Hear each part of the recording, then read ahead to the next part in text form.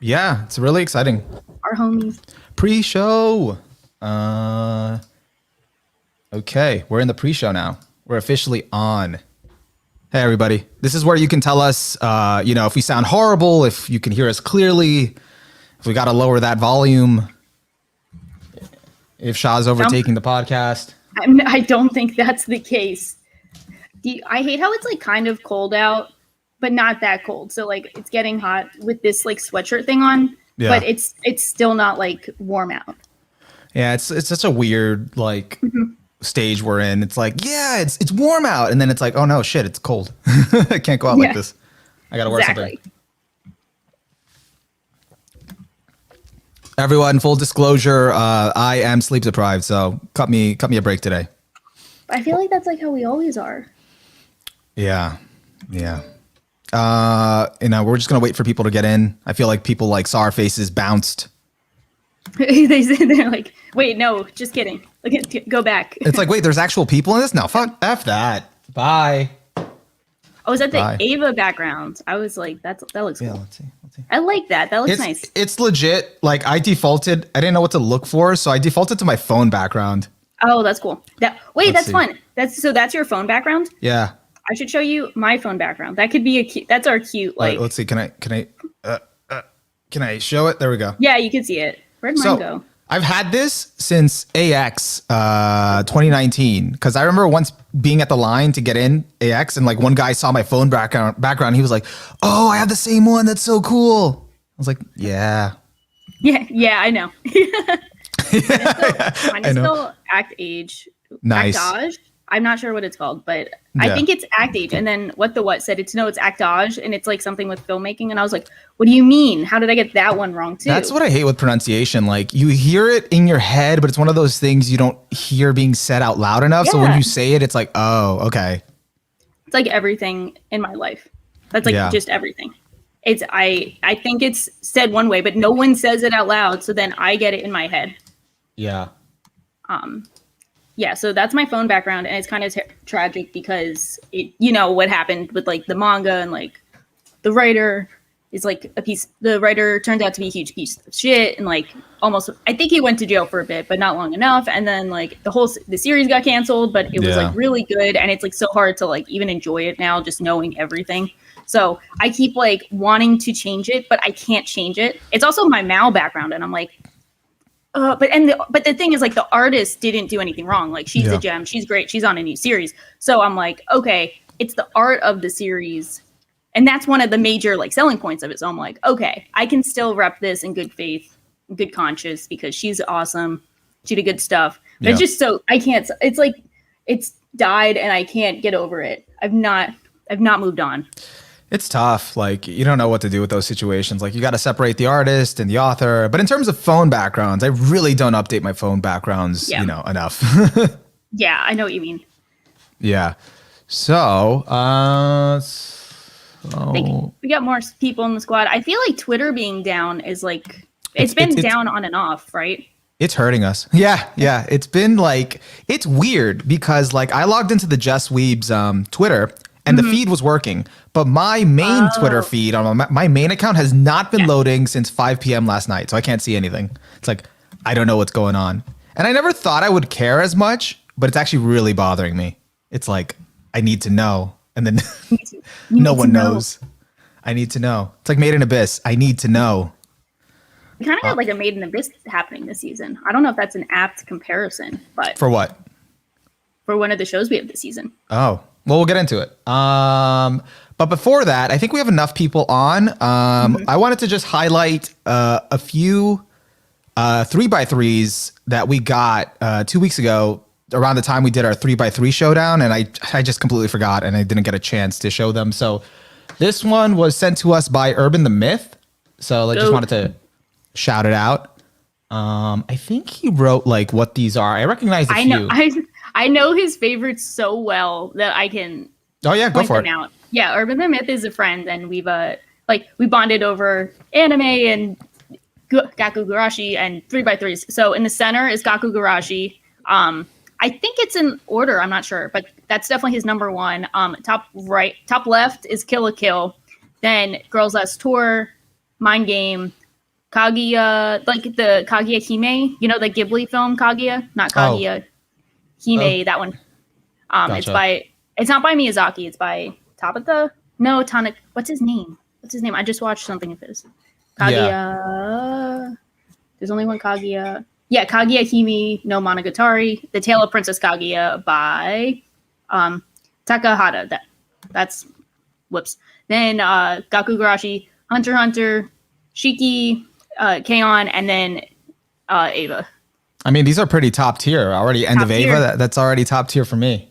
Yeah, I love this. He has a really cool, like, eclectic taste. But yeah, Kill la Kill, Girls Last Tour, Hunter x Hunter, especially that Kurapika arc. You know, can't go Yeah, wrong. and you get the like reddish red, and then whoopsie, red like the red highlights from everything. I think Yeah. everything except the Kaguya one, but I mean, it looks really cool. I like it. I would give it like if we're rating 3x3s, we don't have to because I feel like that's kind of excessive and unnecessary, but definitely a 10 out of 10 3x3 Nice. for me.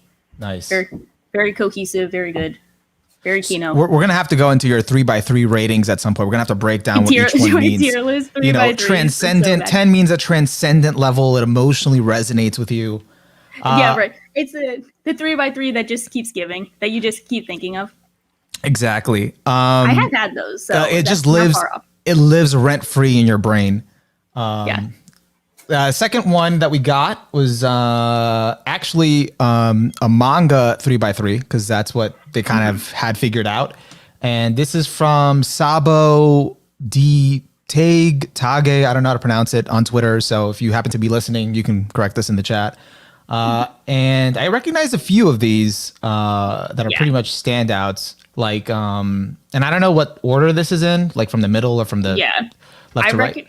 I recognize everything except the middle left. So you got in the top left, that's 20th Century Boys. I think I got that behind me. I haven't finished reading it yet, but I might have half of these behind me. That's kind of funny. 20th Century Boys, Ashita no Joe, Legend of the Galactic Hero. Don't know that one. Hunter x Hunter, Kingdom, Monster, Vagabond, and Vinland Saga. So it's got Strangely enough, I could not recognize that was Hunter x Hunter in the middle because of the art style. because it's a colored panel and it's like one of those like really detailed Togashi ones. Like, Yeah. you know, when people are always like, Togashi can't draw, and then you got to have like the same kind of like pictures to show like, hey, look, he can actually do some sketches. Like, this is one of the go-to ones of like, hey, look, he drew this. Hey, so he can draw. He can when draw. he wants to. Yeah. You know, I feel like, yeah, so I didn't recognize, I've actually haven't read a good chunk of these. Like, I've always heard about Vagabond, but I've never Yeah. read it. I started it. Where's my Vagabond? Oh, it's right behind me. So this is like my seinen shelf, and I've read like half of these, so it's kind of bad on my part. But I started Vagabond. It's very good. The art is top tier. I'd say I'm not going to say it's Berserk level, but it's very like it's getting close to that level. Gotcha. Yeah, I've always heard it's a classic. It's by the guy that did Slam Dunk, right? Takehiko Inoue. Yeah, Inoue is kind of a goat. I feel like he does like character designs and realistic art really well. You know, because Berserk is a lot more of like the fantastical kind of over the top scenery of like, you know, what am I thinking? Post-apocalyptic settings, but the medieval like fantasy setting. So he just has like these like flush, ridiculously detailed designs that are just next level. And then Inoue has like these super detailed character designs that make them look like real people, but like better looking than any real person could be. And like they have the one of the like him, the water one. I forget what, you know, the water panel. I feel like people know what I'm talking about. It's crazy. He's so acclaimed. I've never read one of his works except for I think one of his more obscure ones, which is one volume of the manga Real. Which you is read like, Real? Yeah, Cool. just the first That's cool. volume. And I was like, I haven't read Slam Dunk. I haven't touched Vagabond, but I've read that. So yeah, I got to get to that. I've gotten through 2 of the big Vagabond collections, but I got to read through all his stuff. He's definitely like top tier. And what's the name of that bookstore in New York City that like Kinokuniya? Yeah, I went there back when we were allowed to go in public, and he did like a huge Mushashi drawing like on the wall, and I walked past it so many times, and I couldn't even appreciate it back then because I didn't know. So it's awesome. Like, Yeah. he's just awesome. I'm trying to remember. I went for an autograph signing at Kino for something. I'm trying to remember. It was like during Oh, okay. Wait, it was when the Bakuman artist was Oh. at NYCC. That's awesome. Oh my and god. and like you had to go all the way to Kinokuniya to line up to get the autograph. That sounds But worth it though. when I went there though, I think I had the Bakuman volume. I think it was Bakuman. But unfortunately you had to get a ticket. Oh, no, yeah. And I was like, shit. And I tried to get in to sneak to see if they'd let me. And I got all the way to the front of the line and they were like, nope. I was like, God damn it. No, that's so sad. Yeah, but I did go to his panel. It was really interesting. But anyways, back to this. What would you rate this? I mean, I don't want to rate it in like a mean way at all because I think manga 3x3s are like the hardest to do because you got the black and white aspect. Sometimes they're going to be color, they're pretty tricky. Like, I think they're just tough to do in general. Like, I rarely do them at all. So, I mean, I think it's really good. Like, maybe like 7 or 8, because I think some of the choices they could use could be a bit more like centered and fitting. And I think maybe a bit more cohesive. But I mean, it's not like a bad 3x3. I think all of these are great series to represent. I think it looks good. I think it's a good 3x3, and I definitely commend their taste. So, I mean, definitely no shade by any means. Definitely really good. Denji-kun in the chat says the one on the left is Holy Land. Oh, I don't even know. I haven't even heard of that. Gotcha. So, I haven't even heard of that. But and then nice. let's look at the last 3x3 we got, which was from the Kage Pro. She sent over a 5x5. I think this is of her favorite anime. Mm-hmm. So, which I recognize a few. I see Zarazanmai, I see Kaguya, I see My Love Story, Durarara, Mob Psycho, yes. Yeah. Madoka. She has some like semi-obscure ones too, like Hanako-kun. She got Fruit Basket. She got Sayonara Zetsuba Sensei, Girls Last Tour, Nozaki-kun. She's got Love Live. Love Live. Yeah. Wait, that's the first Love Live. That's Gotcha. She what's got it called Attack again? on Titan in the bottom right. I mean bottom center. That's a joke. Yeah. Don't ask me. Wait, Hatoful Boyfriend. Why is that on there? Because does that count as an anime? The pigeon dating sim? Have you ever heard of it? No. You never heard of Hatoful Boyfriend? No, So my friend really wanted me to play this, and it's legit like a dating sim where you date other pigeons, or you're a pigeon. Are you a pigeon? I think so, or I don't know. It's unclear. You're a pigeon? I think it's unclear. He really wanted us to play it. And I was like, nah, I'm good. That's so funny. I love that. That's pretty good. Unless this is like media favorites, and most of these just happen to be anime.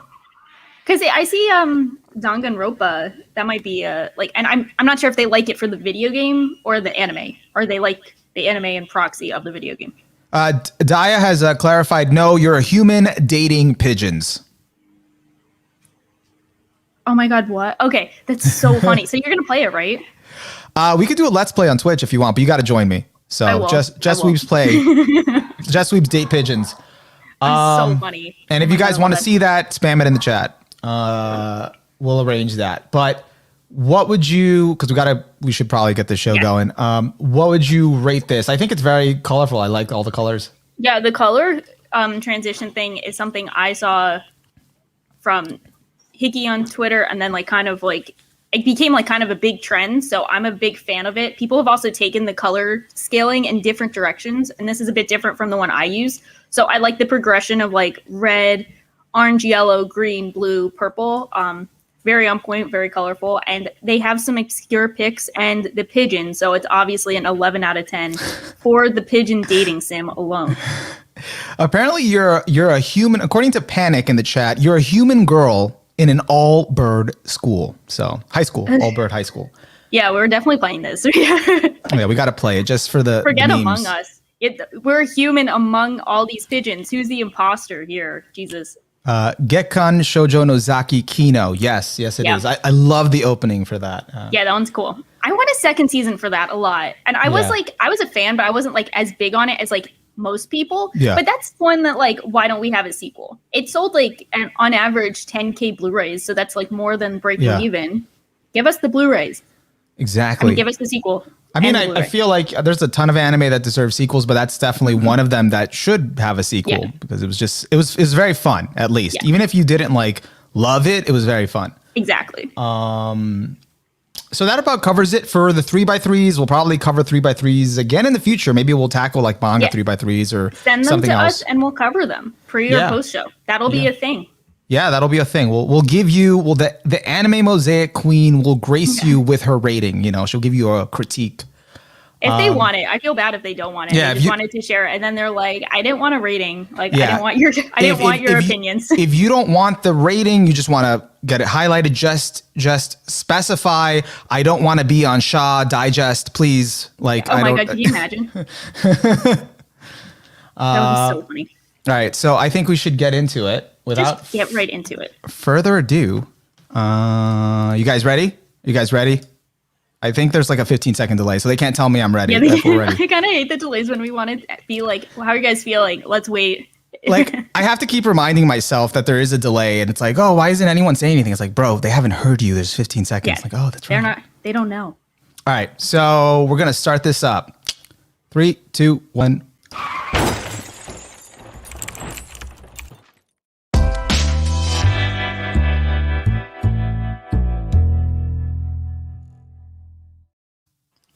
Hello, I'm Onimaru. She's shocking, and this is Just Weebs, the podcast where we bring weebs together by ramming them headfirst into another world. And today we're here to talk about the new season, which is pretty much in full swing by now, right? It's like, Yeah, I'd say there's at least one episode out of most of the things. I think most things are kind of getting into their like second episode. There are some that have reached their third. Yeah, So very unbalanced. so I just realized the intro clip did I say highlights. I forgot I about don't want to that. say that, but yeah, it did. Oh yeah. I forgot to I forgot to look at that part. We'll fix it for the next one. But hey, whatever. We're just weebs. Yeah, we're just weaves. Yeah, and so a few anime have like actually all of them have aired, and honestly, coming into it, I don't know about you, but I was like worried because I was like a little concerned because last season was so easy. You just had so many sequels, so it was kind of just easy to already know what you were going to watch because of like already established favorites. So it was convenient. And now this season brought us back into the unknown. So looking at the list at first, it just looked like barren to me. I was already like, I don't recognize anything. I don't want to watch anything. I don't recognize the ceiling of spring anime. Yeah, I don't know. So, and how about you? Did you feel the same levels of unmotivation?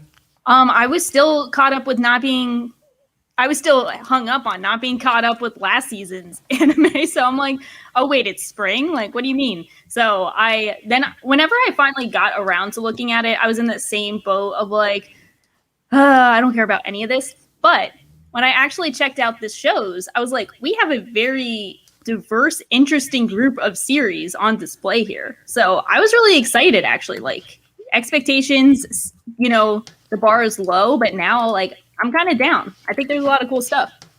Yeah. So, like, I was actually, I'm in the same boat. Like, it's kind of sometimes like it comes up really quick when the new season starts, and then you're just like, oh shit. Yeah. And then it's like, oh, I have to kind of do the thing where I look up what I need to watch next. Because if not, I'm not going to have anything to watch next week. It's just gone. Yep. But I was surprised, just like you, that we do have some solid stuff like here. So without further ado, let's get right into it. Let's do that. So already mad. Before we get into we're going to start off with the lowest rated things on Mal, which surprising for some reason. It's really surprising. But before we get into that, I do want to start off with My Hero Academia season 5. It's back after it's the biggest show of the season, kind of by default, but it's the one up top. So yeah, popularity wise, it's definitely big. Everyone knows it. So and the thing with My Hero Academia season 5, like I love My Hero Academia, but like I already like read the manga. I'm caught up. I'm up to date with the manga, so I know what's happening with this one. I only watched the first episode, but I'm not as invested because I'm pretty bad with keeping up with anime that I've already read the manga for, because like I don't know, like once just seeing it animated is nice, but I just kind of don't care to keep up. I don't know if you have the same experience with that. Yeah, I think I am like a couple seasons behind My Hero Academia, but I was gonna read the manga, but I feel like I've been just like taking a step back because I felt like I was kind of letting the community always had such an opinion, both positive and negative, on My Hero Academia in recent seasons that I just kind of wanted to like take a step back and be like, I'm not going to engage. I'm going to catch up whenever I feel really compelled to, and I'll probably just read the manga for it and then maybe watch the anime. But Yeah.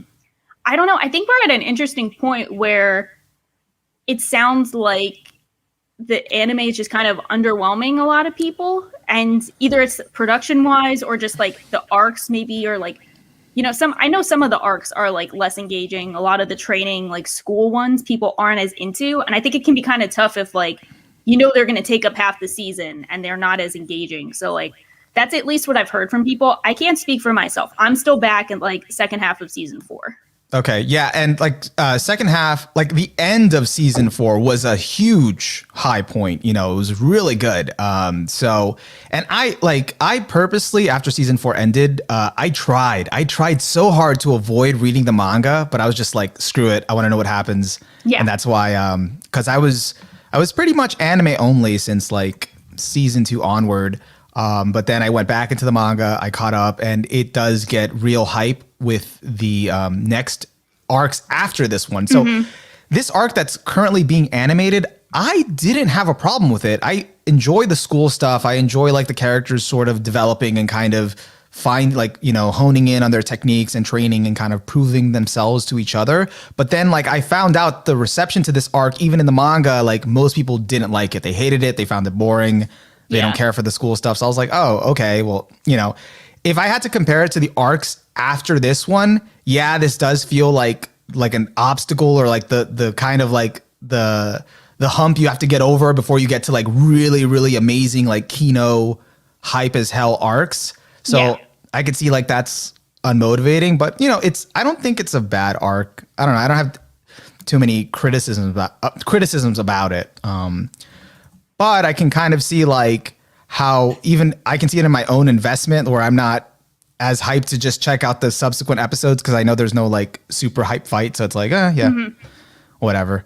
Yeah, it's just always going to be in a tough spot where it's either going to be, I feel like it's always just going to be the best thing of all time or the worst thing of all time for some people because it doesn't live up to some expectations. That's at least what I hear from people. I feel like even with my own issues with the series, a lot of the compliments a lot of the complaints I hear don't match with my own. And I'm like in a weird spot where I'm like, I don't really know what you guys are complaining about. Sounds like you guys are kind of just making stuff up. Meanwhile, of course, my complaints are the most valid, you know, naturally. Mine are valid. Yeah. But I just think a lot of the discourse around the series is just so like unclear and you will never get a clear picture of like what's going on. So I'm sure this arc will be fine. And people will make it out to be the worst thing of all time. And then the next arc will be really good, as it kind of happens.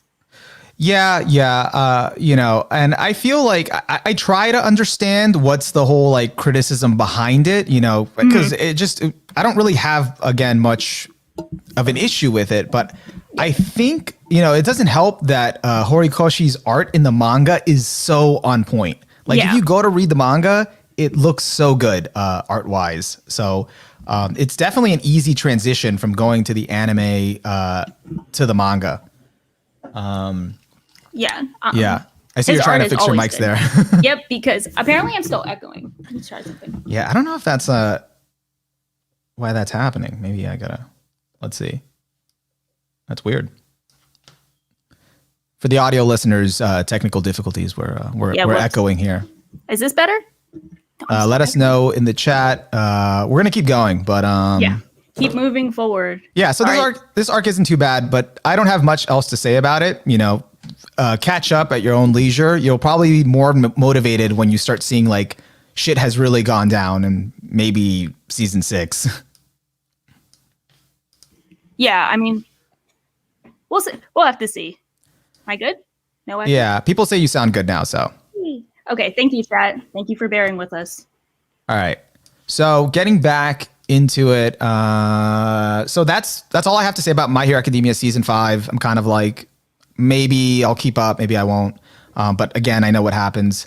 But let's move on now to right here, the lowest scored on Mal at the moment from at least the ones I'm watching. SSSS Dyna Xenon. I'm so pissed about this again because the first time SSS Gridman came out, it was super underrated, even though like you could tell that there was stuff going on, even from the slow-ish beginning. I'm going to say slow-ish because I know kind of loaded. People found the beginning kind of slow, as in I don't think it was like showing all its cards, but you still always had really cool directing, cool cinematography, cool shot composition. You know, they did a really good job with the voice acting to make it sound as natural and grounded as possible. And it's like, you can tell that they're building up to something. And then we saw a Gridman, and I don't know about you, but I really love the direction it took. I think it's really interesting, a really good season. I thought it was great. And that one is still pretty lowly rated too. Like, I think it's in the mid 7s. Let me double check. Or no, I think it's even lower. Let's see. It's a 7.17.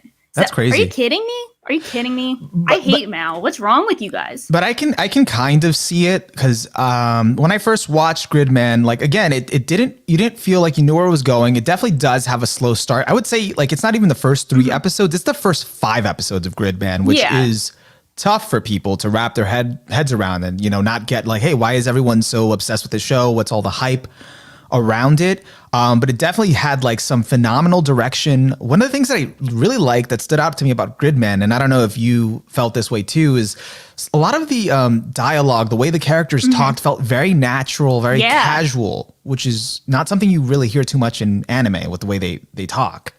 So I thought that was really cool. It fit the vibe. Yeah, 100%.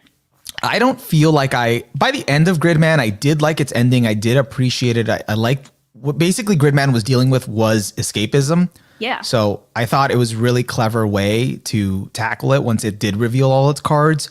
But I still don't think I appreciated it as much. Like I didn't get probably what everyone else got. You know, it's both its tokusatsu influences, everything else it was kind of doing. But, you know, because like getting into this one, I thought maybe I should refresh on Gridman and kind of like, even though it's not a sequel, just to appreciate everything Gridman was doing. So I can kind of see like they're probably going to do the same thing where they're going to slowly build up a foundation, but then there's all these layers to it. Yeah. So I actually recently watched a video by Man Mode called The Point of SSSS Gridman. And that video, if you have not watched it, phenomenal. Like, it's so cool too, because most of the time I think when a YouTuber does a video or an YouTuber does any kind of video, it's either because they give it like a 10 out of 10 and it's a favorite, or they hate it. Like there's rarely ever a middle ground. And his video is like how this show I originally thought was like a 4 out of 10 became an 8 out of 10 over the runtime. And I thought that was really cool because that's such an experience that we all feel, especially watching seasonals, where we're like, okay, I'm not really feeling the show too much. And then like the more you watch, you're like, wait a minute, this is showing all its cards. It's really good. It's kind of showing like the intentions it had behind all those cryptic first episodes. Yeah. So like when you kind of build up to that, you're like, wait, this is kind of just how I felt while watching it too. And he does such a great job of exploring every aspect of it that it's like one of the coolest, like, you know, most refreshing videos I've seen in a while. And he actually makes you feel like it's very relatable because he makes you feel like, you know, you think you've watched all these anime and you should know by now. But even you, like as a so-called, you know, seasoned anime fan, didn't catch all these things. Like, how could you not pick up all these things with Gridman? But there just was all these things that weren't apparent that you really had to kind of really pay attention, you know, and it did wear non-anime influences. So. So he does a good job of kind of explaining that and making it kind of relatable to the viewer. So again, if you haven't watched it, really good video. And it made me really appreciate Gridman and its ending and everything it was doing a lot more. Yeah. So that gave me a good foundation now to have like, I guess, more patience with Dyna Xenon and what it's doing. That's the thing for me is like everyone who's watched Gridman and is now watching Dyna Xenon, you got to know that like, this is going to be the format where it's kind of cryptic at first, establishing the different character dynamics. I mean, even from episode 1, I think we've kind of like clearly established the 2 main characters kind of like problems. Like the kid, obviously his mom is dating someone he doesn't like, feels left out, doesn't approve of. The girl, I think her sister, it's implied that her sister died. No, the sister explicitly died. They showed a flashback. So she has some conflicts with like trying to make other people feel like let down and like she broke a promise to them. Some weird bullshit. We don't know what. It's dropped in front of us. Who did that? I see that. The score dropped while we were talking about it. How dare you guys? Stop it. It's so weird because it's definitely doing stuff. It's not like bad. It's just a little slow. Like I've already reached the threshold as of today for the 3-episode rule with this one. And things are kicking up now. Things are kind of coming together. I don't know where you're at, so I don't want to spoil anyone. You can. I don't mind. Well, I guess we could. Yeah, I think we're just for disclaimers for everyone. I guess like first 3 episodes are fair game, right? Yeah. At least we'll try to keep it minor, kind of touch on it. Yeah, but I feel like you can tell what's going to happen. That was a long-winded rant way of saying that like we all should know that shit is going to go down, and it's cool if you're not like engaged in it now, but like we should all know that this is going to go places, even if it's maybe not as good as Gridman, or maybe it's not like as exciting as our expectations might have it be. Like we know the format, so I don't know why it's so low when like people should be watching this and kind of understanding, like, Yeah. And, I do like how this season, like, I don't know, I was never really crazy about, I guess I was when I was into Power Rangers as a kid. I was like into the Megazords. So now it's like, oh, now we're dealing with the Megazord. But since Gridman dealt with escapism, I'm really wondering, because I don't think they're going to tackle the same theme. So like, I'm wondering what the theme will be here. So that is also my curiosity, how they're going to tie that in. Although as of episode 3, I'm kind of getting a sense that like it's putting more of the focus on the characters being able to unite their feelings together because of the Super Sentai focus this time around, which is literally combining into a giant robot, If I'm going to take a shot in the dark, I'd say based just on episode 1, I could be 100% off. It's that it sounds like the guy, the like young high school boy, it sounds like he feels disconnected from his family and potentially maybe not his friends. The girl feels disconnected from everyone around her after the death of her sister. You got the shut-in dude who's going to get roped in. He's obviously disconnected from society because he's living as a shut-in. Maybe it's something about that and them all finding a place together in society and building community. Kind of vague, but... So no. I think you're onto something because I was having this thought. Because the one thing, as of episode 3, that kind of bothers me with the show, not like really bothers me, but I could see how like other people might be like, I don't know, is that the characters, especially the protagonist, have sort of this dull reaction to things. Like, they're not surprised by the giant robot Megazord thing. Okay, it's like, okay, cool. There's something that they reveal in this latest episode where they're like, which should be like, they should have a more of a, oh my God, like what the hell, like reaction. They're like, okay, whatever. Yeah. And like it is in this latest episode, they did play it off as like kind of for laughs. It was kind of funny, their lack of reaction, but it makes you wonder, at least it makes me wonder why they're so devoid of feeling. It's like, maybe there's something here since Dynazenon forces them to connect. And and it's about like combining their feelings together. So maybe it's like you're saying something in their backstory, something with them. And now like being forced into this situation where they have to work together makes them, come out of their shells more or change for the better or something like that. Yeah, I think that'll definitely be along the path of like what's happening. Maybe someone in chat mentioned also like moving past from like past trauma, accepting the past, moving forward. But I'm here to see how they address it. I liked how Gridman addressed it, and I'm liking the tone of this. There's already super interesting shots that we've seen, interesting shot composition. Like I've already loved the directing, and like it's only 1 episode in, so this score is literally criminal. I don't give a fuck about mouse scores 9 out of 10 times, but this pisses me off. I know you guys have shit that is like absolutely god awful rated higher than this. Like do better. Shaw is literally the villain this episode. I'm the villain. I'm the villain. Give a fuck. I'm the villain, but I might be the anti-villain. You guys got to see. Got to see. The only other thing I have to say about the show, more on a surface level, is we have a character that looks both like Akane and Rika combined. At the same time. She's on the villain side. She has the thighs. She has the So they boobs. just made one. Yeah. She has Akane's hair. But Minami acts like the Rika. Minami's main girl. Yeah, that's goes to high school with the kid. Gauma reminds me of Auntie, who's the kaiju. Yeah, I forgot about his existence. He was cool. I'm fresh off that man mode video, so You're on it. I forgot about his entire existence, but he was good. He also Gauma also sort of comes off as this primitive caveman, which as of the recent episode, not trying to spoil, makes sense, but that's the vibe he was giving me. And we just have this interesting lineup for a team: a 33-year-old NEET, his middle schooler cousin, 2 high schoolers, and a literal caveman. That's kind of dope. Yeah, so it's interesting. But that's all I got on Gridman. Did you have anything else to add about it? Any other thoughts? No, but I know that the OP insert, it's gonna get me every time. I'm so excited. Like, you hear that and you're like, let's go fucking battle monsters. Let's go Transformers up. So I love that. Yeah. This is like one of my top 3 of the season. Spoilers. So the score bothers me. I might just give it a 10 to fuck with the Mal ratings. Yeah, right double now. down. Double down. Fuck y'all. I need to fight the system. Okay. So moving on to the second lowest rated, and I don't know, and chat, let us know if you do agree with the Dyna Xenon. What would you rate Dyna Xenon? Let us know in the chat what you guys think. Yeah, initial scores. You don't have to commit. You can change, but like initially, what are you guys thinking? Yeah, as of the first, second, third episode, like what are you feeling on it? You know, is that 6.99 fair, or would you bump it up? But moving on into Bishonen Tantedan, or is it the Pretty Boys Detective Club? Pretty Boy Detective Club. Pretty Boy Detective Club. 7.22 on Mal. So, okay, this is a more interesting one because I don't necessarily think the score is that off. I watched the first episode, and I'm not sure. These were my initial thoughts. Were just Oran Host Club meets Shaft meets. This is Shaft meets.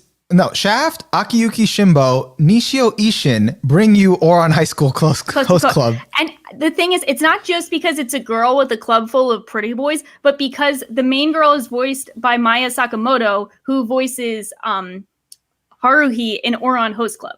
Like, she literally voices both of them. So I feel like that this has to be Oran Host Club. She also, I think, ends up cross-dressing because there's a scene of her with short hair. So they're just making Oran Host Club. They're just doing it. They're just doing it again, but Shaft version with more shodas and and more crazy art styles. And lots of legs. Lots of legs. Yeah.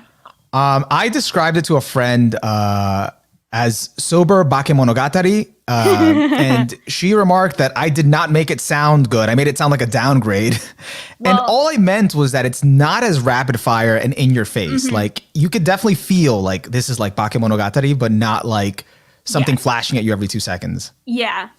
It's kind of interesting because there's been some grumbling about how, like, I don't know how aware you of on this, so hopefully I'm not like preaching to the choir about how like a lot of Shaft staff have left and gone to other studios. Like a lot of them have migrated to David Production, and just like I know like there a lot of the staff. I'm not sure if it's a lot of the staff, but some of the staff is at like A1 who've worked on like Kaguya-sama, but like just like a lot of migration from Shaft, and that's kind of been evident in the last Shaft anime they made. It was like that like kind of idle fighting one where it just didn't really feel like a patented Shaft anime that people are used to expect, with like the really detailed background designs, the interesting presentation, the head tilts. Like it just kind of felt like Shaft had kind of like lost its luster to a lot of people. Yeah. And they're like, no, what happened? Where's Shaft? Like where's my favorite studio? Where's it gone? And I feel like this is kind of cool just for reassuring that like Shaft still has some Shaftisms left in them, like still have the staff that are pulling off like the classic looking backgrounds, the interesting presentation, the interesting shot composition, not exactly rapid fire, but pretty fast moving shots. It is, yeah. I'm glad to see that. I'm not sure if this show, I'm not sure how this show will turn out. It's like kind of like a cool concept, but it's not going to be a favorite. But if anything, I'm glad that it reassures that Shaft still has some tricks up their sleeves. Yeah, I'm in the same boat. Like, that's interesting. I didn't know the Shaft part because I haven't been keeping up too much with kind of their works besides Monogatari. Yeah.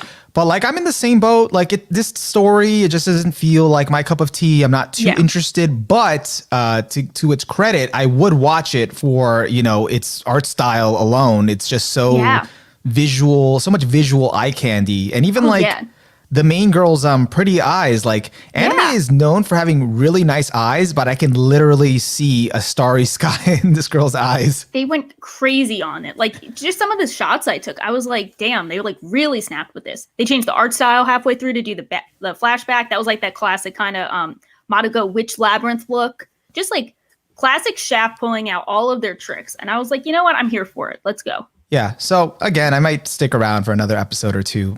I'm keeping my mind open. It does look really good. So if you haven't watched it, check it out, especially if you want something highly stylistic and you have an itch for Bakemonogatari's style, which, Bake meets Oran Host Club. Yeah, exactly.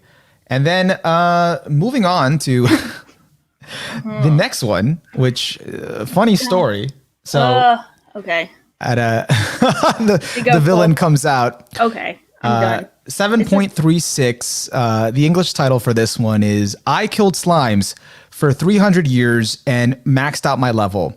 And, I don't know how much we can talk about this one because Shaw already wanted to skip this one because she's completely burned out on Isekai. And unfortunately, she didn't watch this one. Let's bring out the mob boss of anime once again, who is like... Okay, so you didn't even have to like make me an offer I can't refuse to try and watch a slime isekai. You're like, hey, so he comes to me like, hey, can you please watch the slime isekai? And I was like, yeah, sure. Like, it's an episode. I can suck it up. Like, I'll stop being like such a stick in the mud. Watch the slime show. Little did I know that there are 2 fucking slime isekais going on this season. So I just watched the Slime Diary one, which I dropped the original slime. So I'm like, why do I have to watch this? I dropped the original slime. Why am I watching like the slime Slice of Life spinoff? So I watched that. And then at like 2 a.m. last night, Onimaru's like, wait, did you watch the Slime Witch show? That's the one that's the one, not the Slime Diaries. And we're like, oh no, the wrong slime show. When I told Sha, like before I asked her for the favor, or maybe around the time I did send her a screenshot because I think she thought I was talking about the other slime isekai. And I was like, no, I mean this. But then by the time she went to watch it, and also when I went to word it, I think because there was some confusion, I tried to give the English title to make it clear, like this is a different show. And then whatever. My mind is just like slime. And the funniest thing is like she watched it. She's like, yeah. And we were like talking about it. And like we had a full length conversation about it. We had a full length conversation on it. And we did not know we were talking about 2 completely different shows. Her talking about Slime Diaries and me talking about my reaction to the first episode of this witch one. And, we kind of came to the same conclusion. We're like all cool. And then 2 a.m., I see she updated her Mal to Slime Diaries. She had watched episode 1 and I'm like, oh no. No. So I'll just give my thoughts on this one. But and then we'll get into why you're so burned out on isekai. And for the audio listeners, I didn't point out that Sha has shades on. So when she's gonna trash on isekai, she's putting her shades on. She's embracing the villainous role. But so I checked out this one. Which is about a witch that she got she's a normal girl that got isekai'd into another world, got to become an immortal witch. She killed slimes for 300 years and maxed out her level. That's legit the premise. Nice. So she's like overly powerful now. So I was looking forward to this one because I heard the light novel was really good. And, similar to the other slime anime, this one was pretty wholesome, except for the opening, which hit way too close to home on an existential level. Like, she dies from overwork in the middle of her office, in her 20s.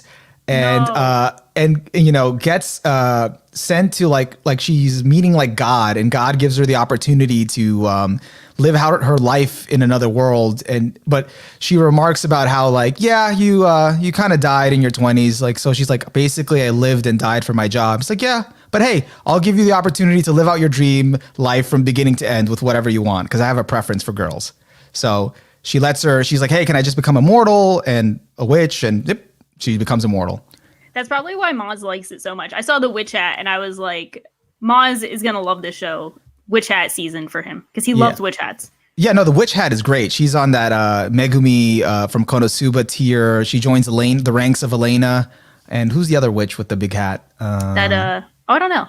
There's another one, but it's not coming to me right now. But yeah, definitely love her design. But pretty much the whole like dying from overwork, like, and there was no Truck-kun. I saw someone asked in the chat. She literally just dropped dead in the middle of her office cubicle.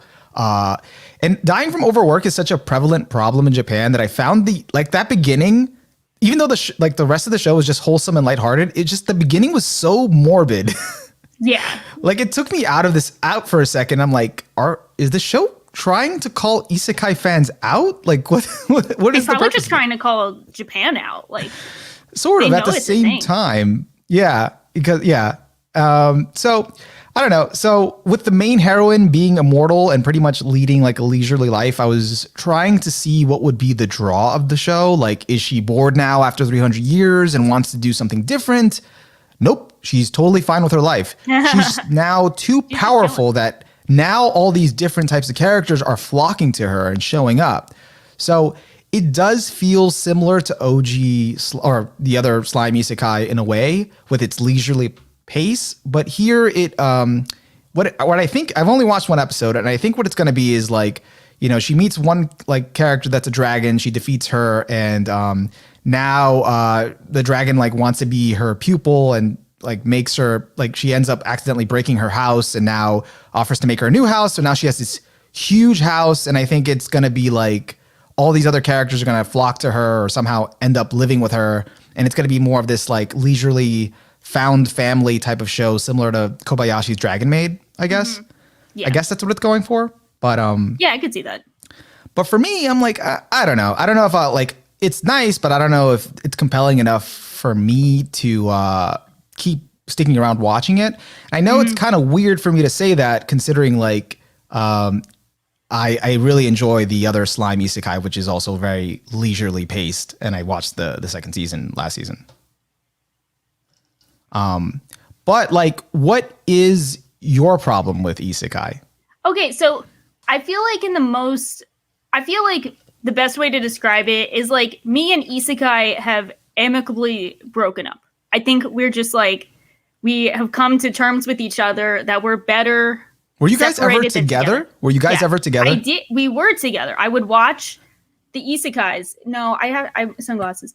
We would watch the isekais every season, and I was like on board. I was like, okay, I'm gonna watch the isekais. I'll watch them. So I haven't seen that many, but like, you know, your SAOs, ReZero, Konosuba, Slime. I feel like I've seen other ones. I need the isekai tag on Mal because I just forget. Saw fucking Shield Hero. Isekai Quartet. I think Isekai Quartet was the end. It was the end of the end. So too much isekai. Isekai oversaturation. Yeah. So my main beef is not like that isekai exists. It's just that there's like so many of them, and I want a new setting. I want a new setting for isekai. So like, I think gun to my head, if you ask me what my favorite isekai is, it might actually be No Game No Life. Just purely because they go to a unique setting. And that just makes me so happy to see that they're in a unique setting where it's like super colorful. It's not the medieval fantasy template. It's just them playing games. And like, yeah, there's like such shit. It's kind of weird, whatever. But like, it's more comedy and it's a unique thing. So I can respect that. It's like, it's its own setting. And I really do like fantasies and I like adventure stories. I just want a new setting. And I feel like a lot of them just kind of mail it in on the same setting. Yeah. So when I read the premises that are kind of very similar, I'm like, dude, I just like change the setting. I don't even care. Just go somewhere else. Go to a new setting.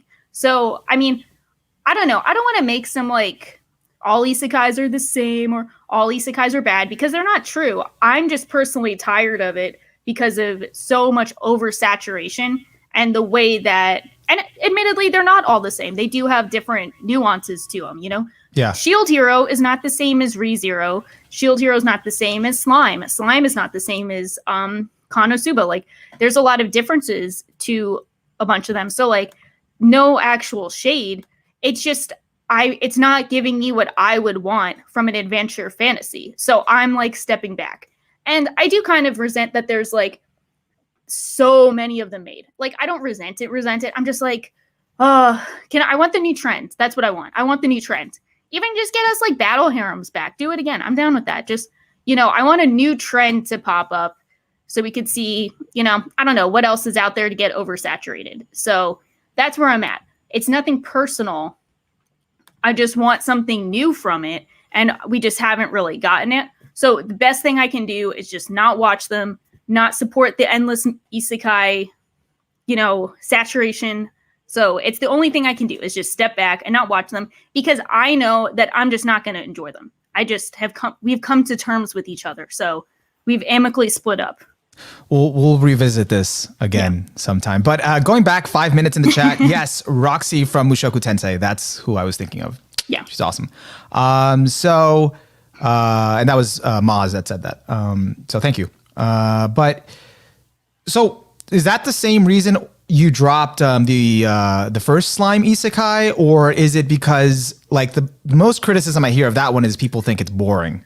No, I think I have like mostly positive feelings. Okay, like here's what's up. So the normal seasonal shit happened where like I fell behind on Slime. I think I'm like halfway through Slime. I fell behind on it, and then a year and a half went by and I never caught up. And I'm sitting there and I'm like, do I really want to go out of my way to binge half of the show and catch up? And the answer is no. I just don't want to waste my time when I have other stuff to see. Yeah. But I do have like kind of positive feelings towards Slime. But like, I know if I finish it, the max it's going to get is a 6. It's like a 6 out of 10 positive. Yeah. So it's like, I do like that it has a bit more of a like lighthearted approach. I like that they're trying to just kind of be like, yeah, the dude just became a slime and like kind of fucked around and now he's like really powerful and like it's kind of chill. So I respect that a lot, actually. I just don't really find it fun enough to go back to and catch up on when I have so many other things to watch. I totally get that. Yeah. I really enjoyed this last season. For me, it's more like I think 7 out of 10. Yeah. Like I think in comparison to this one, like because again, you could say, and I'm sorry that I cut you off. No, you're good. That the pace is like, why wouldn't I enjoy this slime show when it's kind of the same wholesome sort of like pacing as the other slime show? But yeah.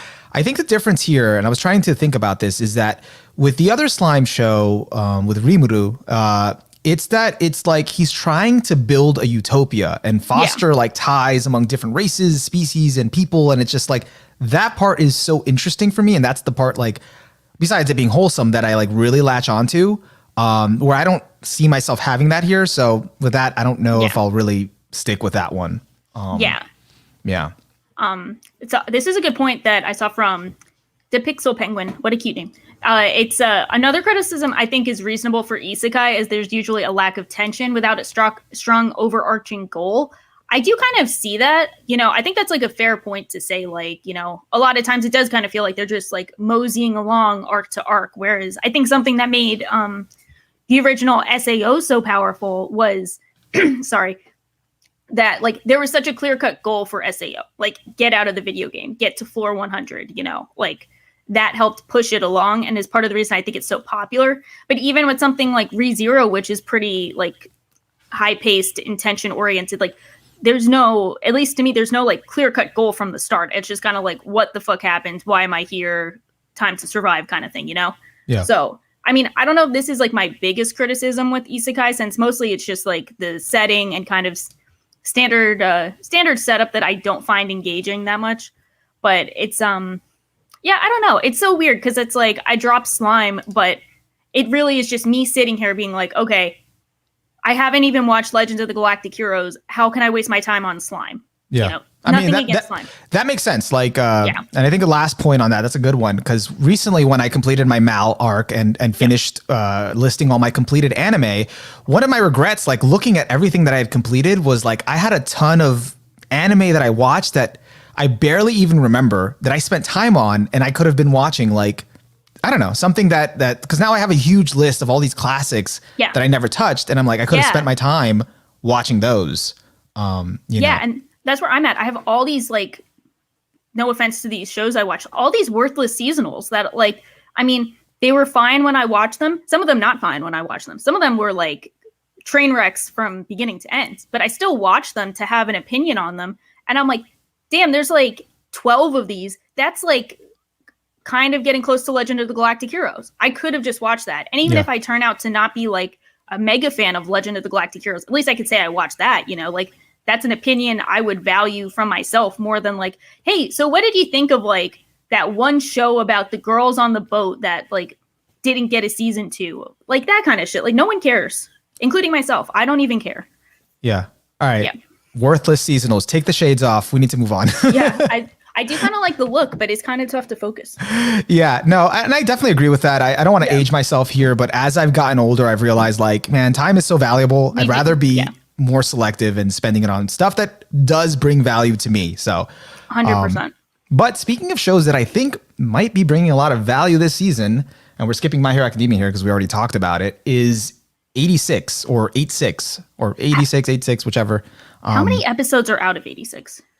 Jesus. I only think one. I think episode 2 comes out today. Okay. So, you tell me your thoughts first. So my thoughts, just general, I was very impressed by this one. I knew very little going into it, but the production value for this was so on point, like top tier. Mm-hmm. I do really hope it extends beyond the first episode, which usually first episodes have the most work put into them, you know, because it's like the hook. Yeah. The premise itself like was interesting. I'm not going to say it's the most unique thing ever, but it reminded me of Code Geass with the, you know, when Code Geass had the 11s being treated as subhuman outcasts. Here we have the 86ers. It also fits the war and revolution theme, which I think this is what the setup is for. You know, more detailed thoughts. I found the whole handler dynamic between the main heroine and her 86er squad to be unique. It's sort of like an awkward position for her to be in. Yeah. Especially when like she tries to act so like nice to them and actually treat them like humans, but it only comes off as hollow because of the situation they're being put in. Yeah. So let me double check to make sure I'm getting like what happened, because I watched it and there was a lot of exposition, and I'm not like inherently against exposition. A lot of my shows get criticized for too much exposition, so I go to bat for exposition a lot. But just to make sure, I felt like I was like kind of stupid watching this episode. Might have been the time of day or whatever, probably just me. But so just to clarify, it's like, so she is part of like this one society that's at war with another one. And then they have what they call like, I forget what the name of them are, but essentially there are people who fight their battles for them that they do not consider human, but they are humans. Yeah. So basically, so the white-haired people are one. All the white-haired people are one society, and pretty much anyone that doesn't have white hair is an outcast. That's me reducing it. You know, I don't know if that's the legit reason, but that's my observation. Yeah. So the superior race have white hair. Everyone else that doesn't fit into that is just an outcast. Yeah. And pretty much on paper, they have drones that fight their battles, but these drones are supposedly officially unmanned. There's no humans. There's no one getting hurt. There's no one piloting them. But in reality, they have these outcasts, the 86ers, actually piloting them and sacrificing their lives and getting killed as sacrificial pawns. Gotcha. Okay. So do they all know that they're humans? Like, does society know that they're humans? Or is it just kind of like an unspoken thing where it's like, no humans are dying because these guys don't count? Or is that no humans are dying because these guys don't count, I think. Okay, that's what I thought. But it's like, but they're all like being kind of like spoiled, and like the people inside suck, and the main girl is like, you guys suck, I hate you guys. Yeah. So it's pretty interesting. I did like the production value of the first episode. There was a lot going on, lots of fighting, lots of potential like really emotional stuff that can go on, like especially at the end. Yeah. So I think there's a lot of potential for it. I'm glad you clarified, because that's what I thought, but I was like, I'm kind of dumb. Like this is like no worries. Like I paid like close attention, and I think I was like on a good day when I was watching it. Like I tried to pay attention. Like if I watched this at night, I'd be like, oh, I don't give a shit. Like whatever. Yeah, I was like watching it squinting, and I don't even think that's like the show's fault. I think it was just me, because I think I got it. It was just like, you guys are being really in the weeds. It wasn't overly complex, but you did have to pay attention because it didn't like, I don't know, it kind of just threw terms at you and you're like, what is she looking at on her screen and what is she doing? And it was like she was doing the one group and then she moved to the second group, which is like, because it's like she left the one group and they're like, haha, you're going to want to kill yourself. And then like she moved to the second group, which is going to be like obviously the main group of people. Yeah. Yeah. And like, that's the part I'm really interested in to see how it plays out. I want to see how her ideologies clash with Reapers. And I like the whole backstory they did for him, or the whole explanation that he like pretty much makes the handlers like kill themselves or drives them to suicide. And it's like, oh, is that the thing? So he's kind of like, is that what I thought he was almost the Reaper because he was the one who's like putting the other people out of their misery when they died. No, not just that. It's because he like the handlers for the squad, I guess they're called that. He drives them to suicide. Gotcha. As well, like something he does. Why they were laughing, because that's why they were all laughing about it. Like because I think I don't know if I full, and someone can correct me in the chat. The handler syncs up with the person in the robot. And speaking of robots, by the way, is this the comeback of mechs? Is Mecha making a comeback with this one? I just have to point that out because we've had a barren Mecha season, full like few years of no Mecha, but so he I think they sync their on a auditory level. They don't sync sync visuals, just kind of, I guess, the hearing. They hear what they hear. It's like they're kind of connected. I don't think it's full like Ava connection where you're like, you are the robot, but like you definitely got that vibe that it was more than just like them listening in. I mean, also, now that I think about it, SSSS, Dinah Zenon is also mech, but that's what I thought you were referring to because we got two of them. Yeah, well, that's more like giant robot. Does that super giant robot? Does that count? I don't think so, but I'm gonna count it. All right, yeah, because it's more like Super Sentai, but this is more like mecha in terms of like realistic, like gritty, like war Gundam style mecha. This was like Code Geass meets Fate Zero kind of shit. Yeah. So I don't know. I'm really interested in this one. I'm actually like excited for it.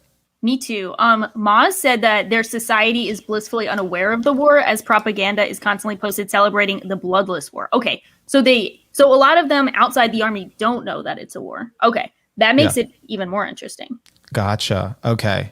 Yeah, so that makes sense because they keep trying to be like bloodless war. I'm like, why would the army give a shit about that if they know better? But like, that's really interesting. I think it is really interesting. I'm just gonna have to gain some IQ levels, get some sleep, and pay attention to this better. Because I think as long as the production value stays good, I think that's enough of an incentive. It's definitely interesting. I did get a clarification from Dai in the chat. Tokusatsu is mech adjacent. Close enough. Thank you for that. Close enough. Maz says it's kind of like Iron-Blooded Orphans. I did hear that, and that's actually a show I never finished. So I don't know. Me too. But what a great opening. Yeah, that OP is like baller. It is. So that's all I have to say for this one. So let's move on to Sus, the anime, which is here, Higehiro, or the title really in English is After Being Rejected, I Shaved and Took in a High School Runaway. And that's the title says it all. That's it. I heard that there were technically two Sus shows this year, 2 for the price of 1 with that one and the other one that essentially looked like it could have been Wodokoi, but it's not Wodokoi. Like the cover, they have the like shoujo heart on it. Yeah, it's that Koi to Ubo Niwa, whatever. I'm not reading that. It's too sick to call this love. Oh, okay. I heard that one wasn't too good. But it is. Well, you got 2 Sus, the anime. So I think that's like Sus from the other side of like some teacher. Let's see. Yeah, so it's a businessman and his high school sister's best friend. Okay. Yeah. And so that's the one Sus. What is this Sus? So did you check this out? I didn't get to yet. Okay. I was waiting to hear what you said. So like you bite the bullet and then I'll see if I check it out. I mean, like it's in the title, but for clarification, so there's like a 26-year-old salaryman. He bumps into this 16-year-old high schooler kind of just on the street, and she has nowhere to go. She offers him like sexual favors to try to like, in case like she wants to stay the night at his place, and he's like, no, I'm good. And is she homeless?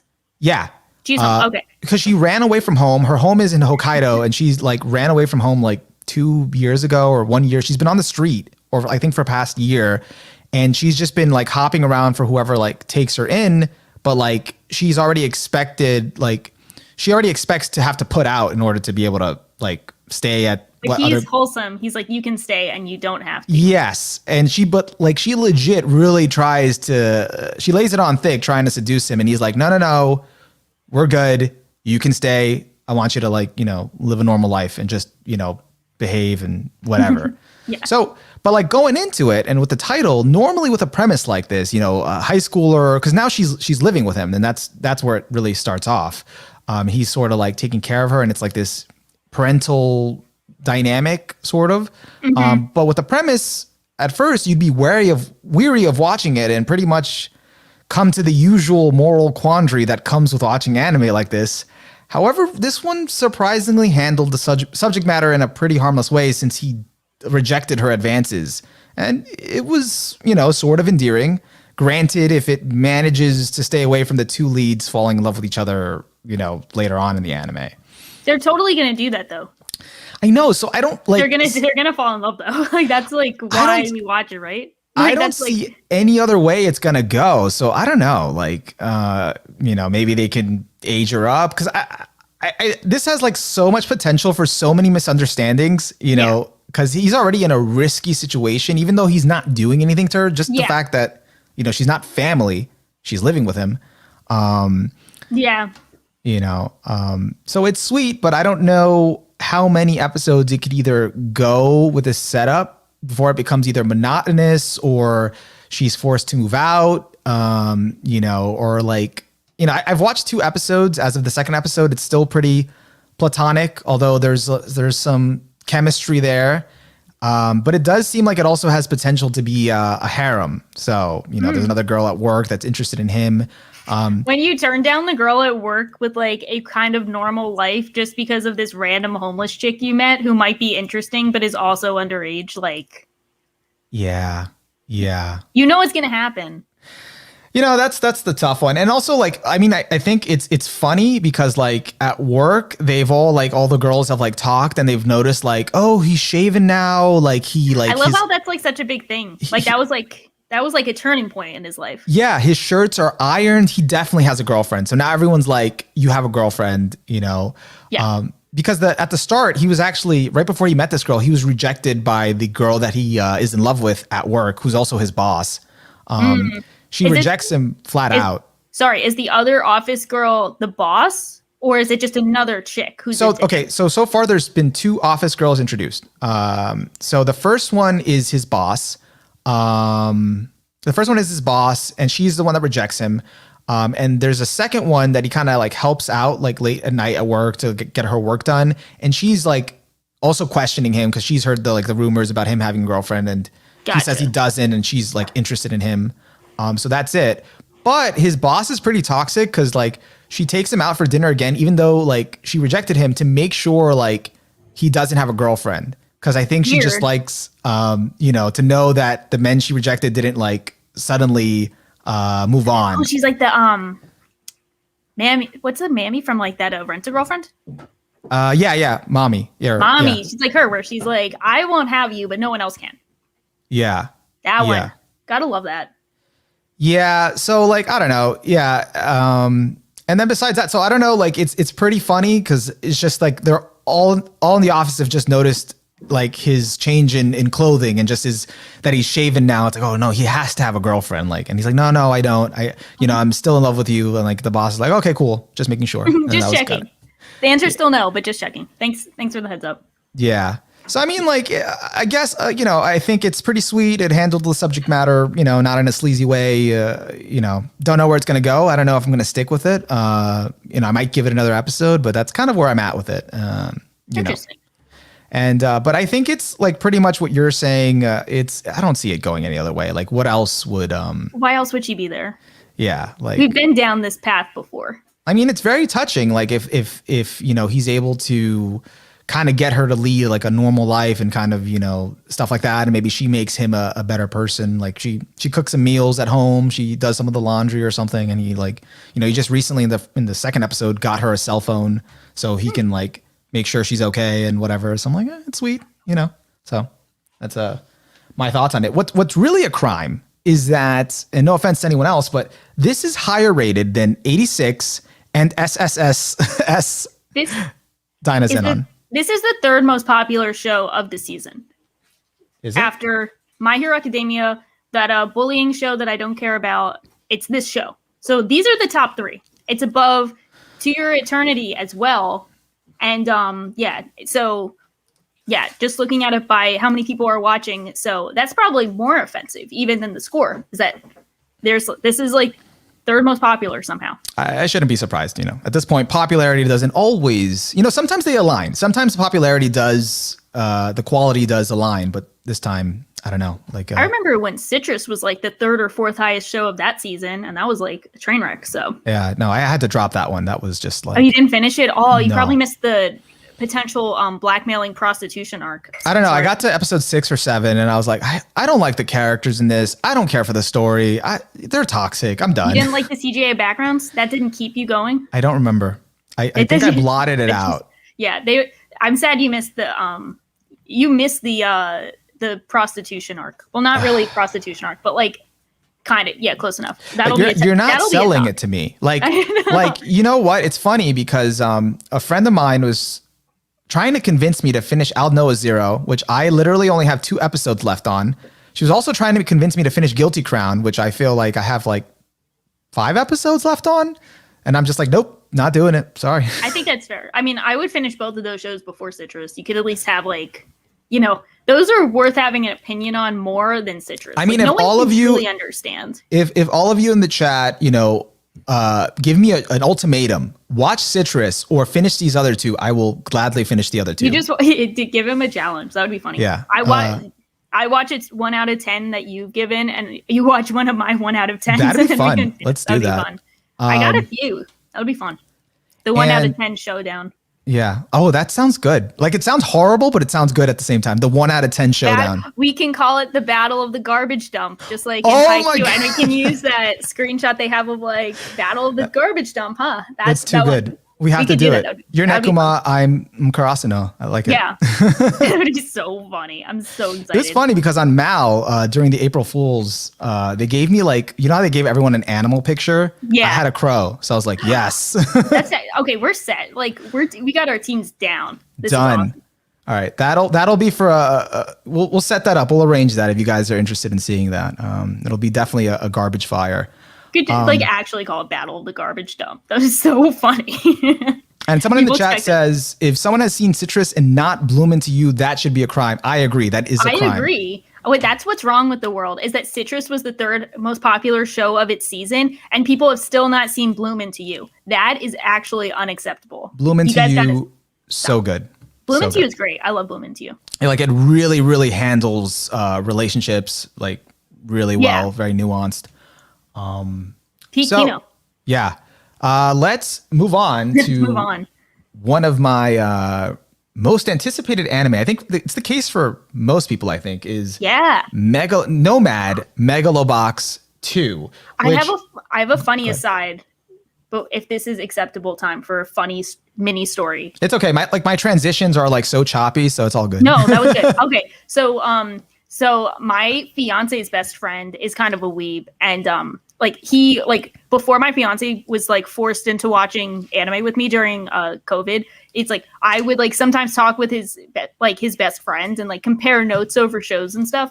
And his best friend is like a very smart, he's like went to NYU, is like a director, like he's very accomplished. But for some reason he was like, okay, I'm either gonna watch Fairy Tail or Hunter x Hunter. Like he was torn between those two. And guess which one he picks? Fairy Tail. He picks Fairy Tail. And he liked Fairy Tail, but he didn't like love Fairy Tail, but he got a Fairy Tail tattoo of the logo of Fairy Tail. And his thing was like, I just really like how it looks, whatever. And then my fiance tells me like, yeah, he got a anime tattoo of a Fairy Tail. And I'm like, how do you get a Fairy Tail tattoo? Like, and I had to tell my fiance that like Fairy Tail is kind of like a meme in the community. It's like one of the like lesser appreciated series. Like, I'm not trying to hate on Fairy Tail, but I'm just gonna say, if it, like, because you already said, if it wasn't his favorite, why would you get a tattoo of it? That's what I don't get. And he just likes the look of it, apparently. So like, no shade on that, like no shade on the logo, but it's just so funny that it's like the phrase "I got a Fairy Tail tattoo." Like that is like a phrase. It's so funny. So like my fiance's not like into anime. Like he doesn't know the reception. So I'm like, you got to understand how funny this is for me hearing about how like I haven't seen Fairy Tail. I just hear everyone shit on Fairy Tail. Like everyone shits on it except for a few people who are like, I liked it as a kid and it was fun. Whatever. No shade on Fairy Tail either. Like I just haven't seen it, but like it's funny. It's funny. Yeah. So then my fiance like knows like, oh, so Fairy Tail is like not as good. So his friend is like, hey, you got to watch Megalobox. It's really good. And my fiance is like, yeah, okay. And then he came back to me and he said, so have you heard of Megalobox? I'm like, oh yeah, like it's a really good show. He's like, okay, well, my friend told me to watch it and I didn't trust him because he has a Fairy Tail tattoo. Oh my God. I was like, how are you snobbing him for this? You don't even know the context. But like, no, we're clear on this. So that's my new like long-winded way of saying, yeah, Megalobox is good, and I'm excited for Megalobox season 2. You made your fiance into a snob. That's the takeaway. Like I made him into a snob, but I was also reprimanding him because I'm like, you haven't done the due diligence to earn this snobbery. Like you don't know why you're snobbing. He's vicariously a snob through you. Yeah, pretty much. Yeah, I taught him how to be a bully, and it's terrible. That is terrible. So let's get into Nomad. Let's get into Megalobox. Speaking of Megalobox season 2, yeah. I don't know about you, but I did really like the first season, but I was kind of like iffy on the ending. Okay.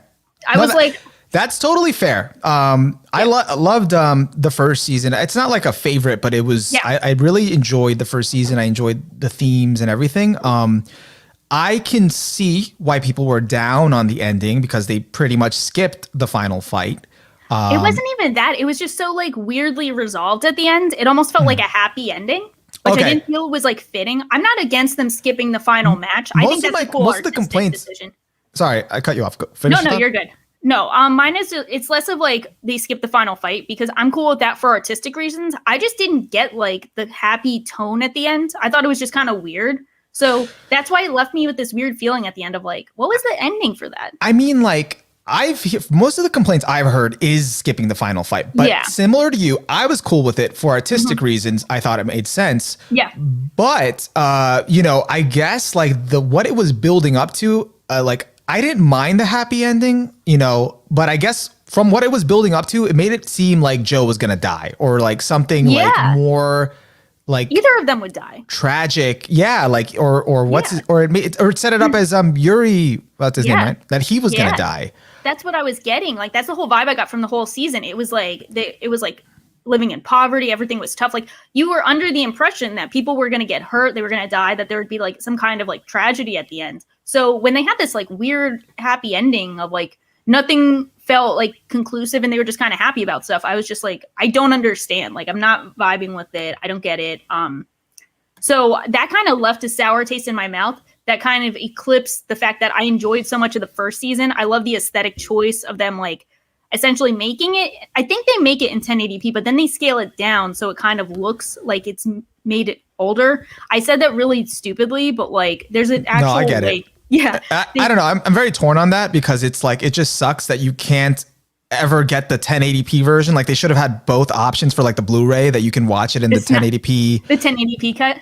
The Snyder cut? Yeah, because like, I don't know. Like, I don't feel as strongly about it as my fiance who just thinks it's like really stupid. Okay, because I love it as an like aesthetic choice because it's obviously supposed to be kind of emulating Ashita no Joe. Like it's 20th anniversary stuff. So I love that they're trying to make it like older. I love that vibe. No, I think like as an aesthetic choice, I respect it and I think that's cool. But I think like it was made first in 1080p, then scaled down, then scaled back up. It's like, I don't know, like it's like it would have just been nice that you preserve the original 1080p to just have both in case, you want to experience like, because the visuals are really nice. So it'd be nice to like, be able to see it. But I don't know. I'm not too like mad about that. I respect it for the artistic, choice purposes for the vision. And I feel like with the ending, I was okay with it because part of it felt like sort of unresolved, sort of unfinished. And like I didn't get like what it was trying to I got what it was trying to say, but now with Nomad Megalobox 2, I feel like that ending works because now it's using that. I think you're muted, Shaw, or I can't hear you. I was 100% muted. Sorry. Okay. Yeah. I was like, she's doing sign language, I think. Getting so hyped. Yeah. So, so that was a lot on Megalobox, which came out a bit ago. Now, Megalobox season 2, I'm completely game changer. I'm completely down because this first episode was like really awesome. I don't know about you, but I was like loving this. I love the tone. I'm not sure because I've not seen Ashita no Joe season 1 or 2. So I don't know. I don't know if this is what happens in that too, because I feel like Ashita no Joe season 2 has a much more like depressing tone. Yeah. At least from what I've, heard through the grapevine. I haven't seen it either. I haven't looked into it too much. It's probably on my plan to watch someday. But from what I know, Megalobox, the first season, was already loosely based on Ashita no Joe. So I think this is also like similar. If this is like the season 2 of it, then I'm super excited. I'm super excited to see what happens. But I think this is like probably like a similar like tonal shift maybe as Ashita no Joe 2, like in terms of the trajectory, but it's probably still loosely based. It's still not like... Not exactly the same, but kind of the same spirit. Like inspired by what Ashita no Joe 2 did. Yeah, exactly. But I thought this was awesome so far because I was so like off put by the weird happy ending just because it felt so off. But now it does kind of feel like 5 years later, not sure what's going on in terms of like, 5 years later, we don't know what's going on. It sounds like he's fallen into a deep depression. I'm not sure what caused this. I'm guessing it might be the death of his coach along with other things. Yeah. He has drug issues. He is still fighting, but like... Did you watch episode 2? I didn't watch it yet, so you can spoil me. I don't care. It reveals like a little bit more, but it's still keeping you guessing, where it could also be like there was like a fight he lost, but it's still not telling you. And it's so, in terms of both episodes, especially the first episode, it's so much atmosphere, like so much like little is said and you just got to pick up the pieces and you're more just focused on like, where are we? What's going on? Who's Joe now? Like what happened to him? It's only been 5 years, but he looks like a complete mess. Yeah, he looks like a completely different person. Goes by a different name, like everything. And I guess the way I feel about it, like this season 2, like I love the groundwork that, because like if season 1 had a vision, season 2 feels like it completely like has like a whole vision in mind, and it's really driving into that. Because similar to what I said about the latest season of Attack on Titan on one of your our anime Attack on Titan live streams, which if you haven't checked out, really good, great. It covered every single episode last season with you and a bunch of them. So it was great. I think I did like 3. But anyways, similar to what I said about Attack on Titan final season, this sequel to Megalobox feels like an evolution of what came before. It feels completely different. And I guess there's just something about these time skips nowadays. They're just built different. Yeah. They just are simply built different. I don't know about you, but I always love when previous events that have happened in a series is kind of treated as like this historical event that people are like look back on.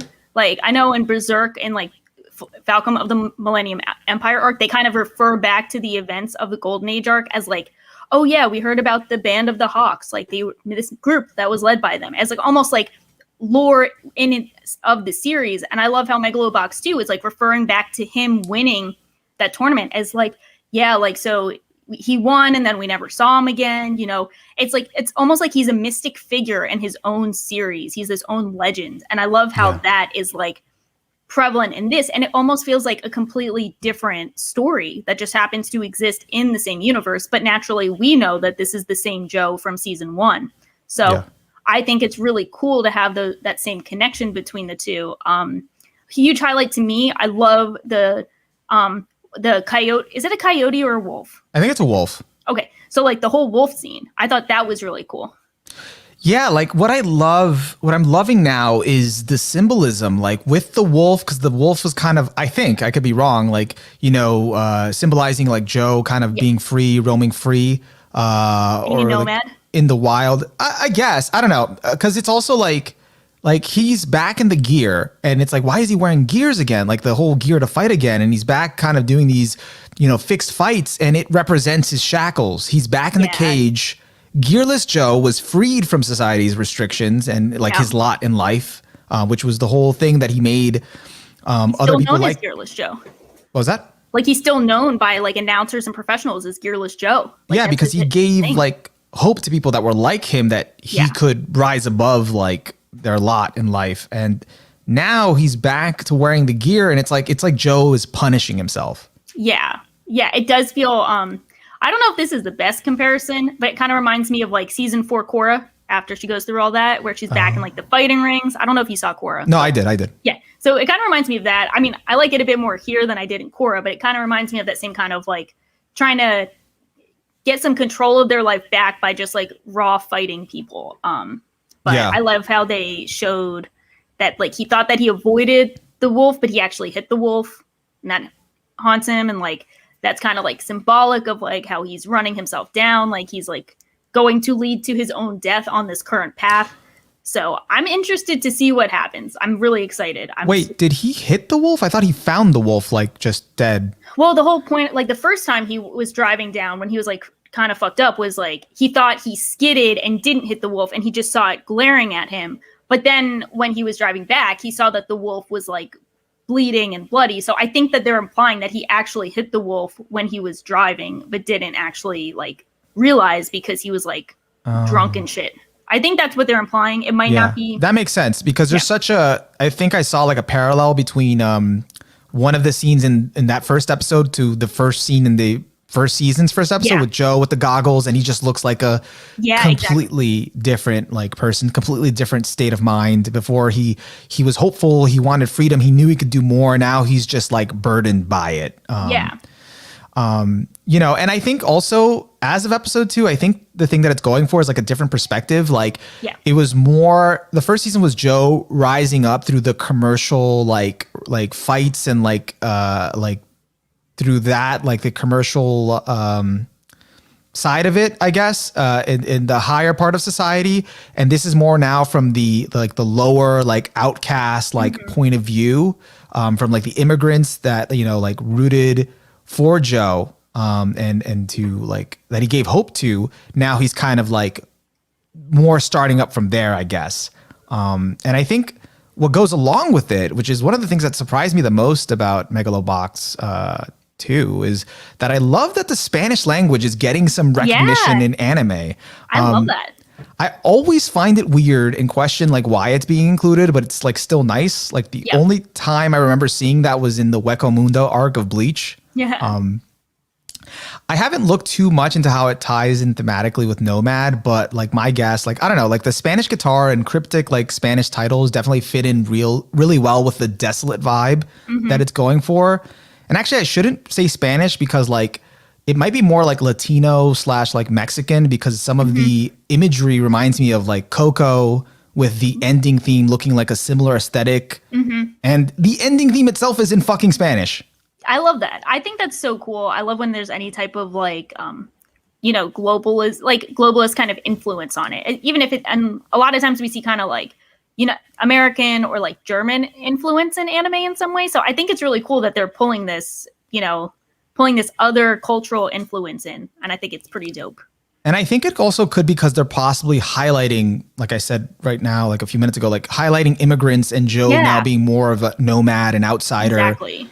Even on the poster, he has like this like indigenous kind of looking paint all over his face. So, you know, I think it's cool. I think it's dope. Yeah, I think it's pretty dope too. I'm excited. Yeah. I mean, like as of episode 2, I think it's gonna, I don't know. I think it's gonna go back through maybe the same kind of trajectory, but from a different angle as the first season, where Joe's gonna find his motive to fight his way back up, maybe. So make a comeback. So yeah, we'll have to see. I'm excited for it either way. I think definitely one of my highlights of the season, and I didn't expect it to be, because I knew it would be at least very fun, but I didn't expect to be so enthralled by it, you know, especially considering the like weird feelings I had towards the season 1 finale. But now I'm like all in. Let's go. Like this might be one of those, like once the second season airs, like finishes airing, and if it lands it, like you'll be able to recontextualize and look at season 1 and see it as a whole like masterful, like, you know, piece of storytelling. Exactly. 100%. Yeah. Where it'll like, you won't be as down on the ending. You'll be like, oh no, that makes sense for, you know, what they do with it in Megalobox 2. Exactly. Especially if it's like it ties into it, it's relevant. Like so, there. I'm all about that. Yeah. So that's all I got for Megalobox 2, which I'm super excited about. We both are. Now another one that I like completely was not expecting I'd be into at all. This is possibly like we have some of the most interesting concepts for shows this season. Like, I don't know if maybe that's just me. I mean, besides like, we got the different sus romance shows and we got like the usual suspects, but like, I think we have some like very interesting concepts that we have already discussed. I think we have like a wide variety of concepts and like just so many different shows that we've touched on already. And this might be the most interesting concept, and that is saying something because we have other contenders for most interesting concept. But this one was like, what the fuck? I don't know if like I saw the first scene and I was like, holy shit, like just like blew me away. Yeah, I had no idea what was going on, and not in a bad way. Just like what the, from its terrible title to the lead being an AI, I just didn't think I'd have anything to latch onto here because I thought, she's an AI, like I'm not going to be as invested. AI music, maybe it's an idol show. Yeah. And then they're like, it is, but just kidding. We're also at war with the AIs. I mean, actually, the fact that she sings, that the AI sings and kind of that there are like mechs and AIs gave me like a Guilty Crown vibe at first. Not completely, but just like somewhat like that. That's right.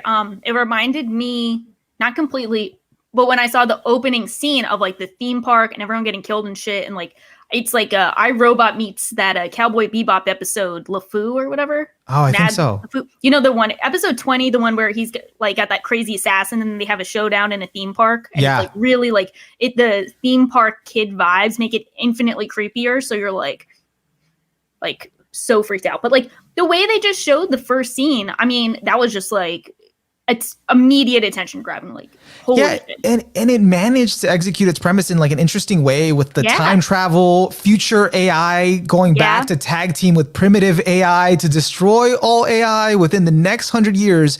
But they're fighting like they're doing this for humans. So it's like, So I feel like we've seen the premise of that concept, but we haven't seen it executed in this way. And it looks cool. It's shot well. I'm like, totally down, but it is the biggest like what the fuck of the season. Yeah, because like even like with like Terminator 2, like freaking Arnold went back in time to team up with John Connor, who was a human. So that's kind of been done, but not an AI with an AI. Like this other AI does not have an incentive or the programming to want to do this stuff.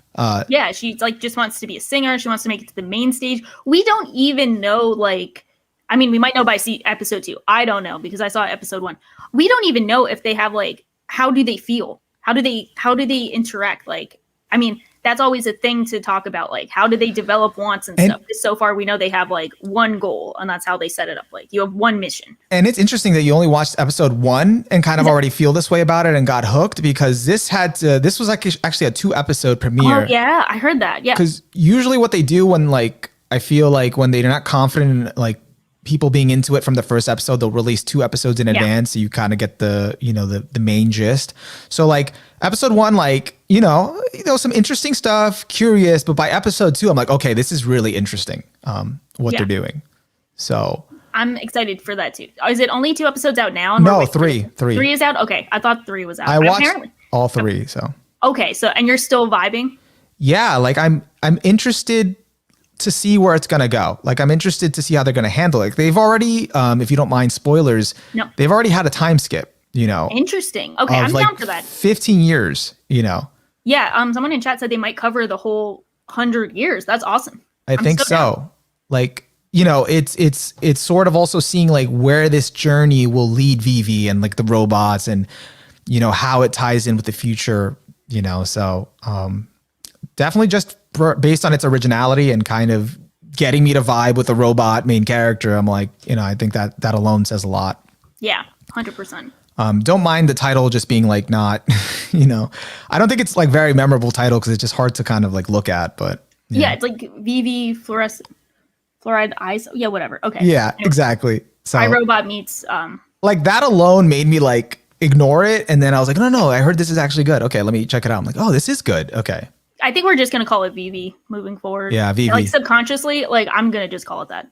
Yeah. Oh, someone in the chat, Amethyst says the 4th episode came out today. So that I'll be looking We got forward a to lot that. I got a lot to catch up on. Got a lot to catch up on. But and like I think the last one I got here that I think we've both watched, most anticipated show of the season, which like I didn't also expect too much. Like I didn't know a lot about this one going in.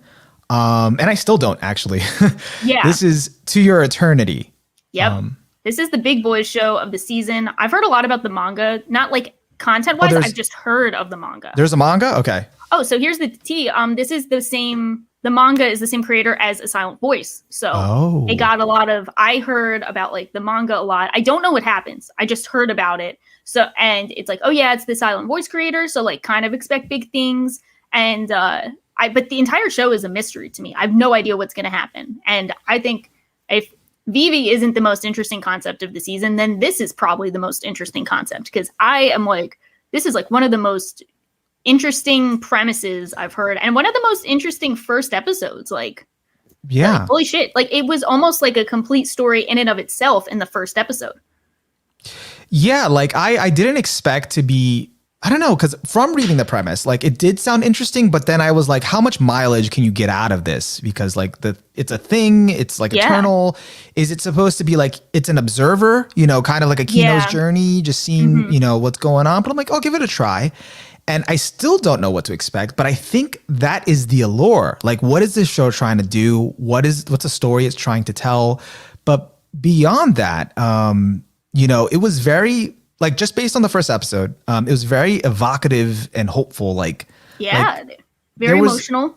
Yeah, like there was some beauty in the fact that like it felt like this thing called It felt the emotions of other beings, experienced their pain, witnessed how they lived their life and also how it faded. And then combined within a narration, it was really moving to hear him gain senses, to be able to walk, to experience sensations for the first time, which also comes accompanied with pain, you know? Yeah. It was so interesting. Is just like this thing that just exists. And like, I don't know, it's like, it was just like chilling for like thousands of years as a rock. Then it becomes like this wolf thing as it died. And then it's able to kind of provide comfort to this boy who ends up dying, which was really sad. And like, then he becomes the boy. It's like, what is he going to do? Like, I'm just so engrossed by the whole thing. I'm like, yeah, like it so basically, it's so, I don't know, like it just makes you think about your humanity on like a rudimentary, like a fundamental level that you don't really appreciate. And then you're just like, oh, okay. You know, like having senses, being able to walk, being able to experience things like, and that in itself is like very interesting. It's and then, but like, you're also like wondering like, what's going to happen? Like, what is it going to set out to do? Like, is it trying to remember and recount all these tales of the people it meets and then to keep moving forward in their place, like remembering them and, you know? Yeah, because it seems like, I'm not sure. I'm not 100% sure. So this could be revealed. The second episode hasn't come out yet. That's all I know.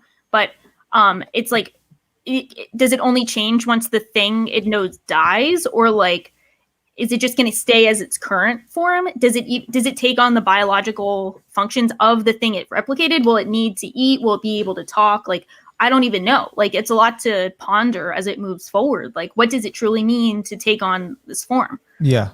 I mean, as of the first episode at the end of it, because that's all I watched, and I think that's all that's out. Maybe today the second episode comes out. It says at the end that what makes it change is stimulation. And I think that's what it goes forward towards. Like, it's drawn towards stimulation. Like it being made to feel. So as I think it got like attached to the boy or started feeling for the boy, and then seeing him die kind of made it feel something, or made it feel like a connection to it that he transformed into him.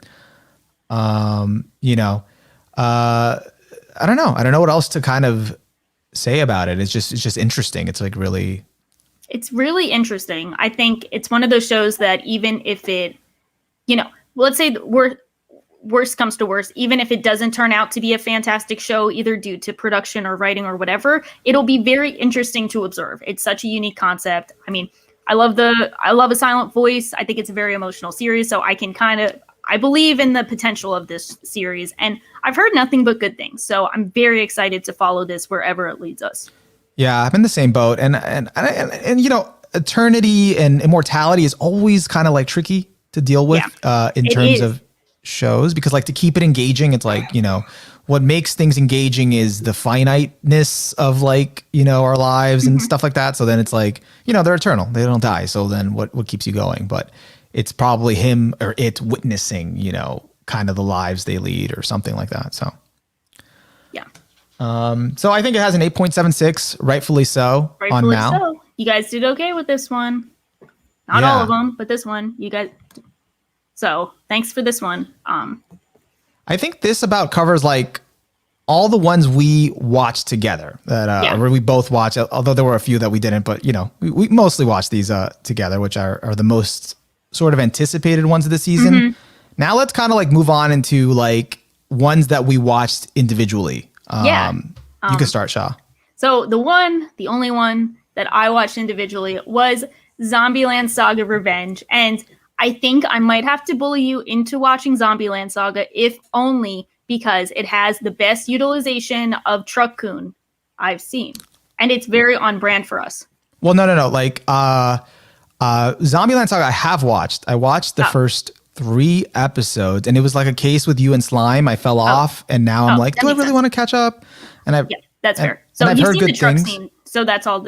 Oh, it is one of my favorite scenes in anime. I actually, I did a fall video like 3 whenever it came out, like 3 years back.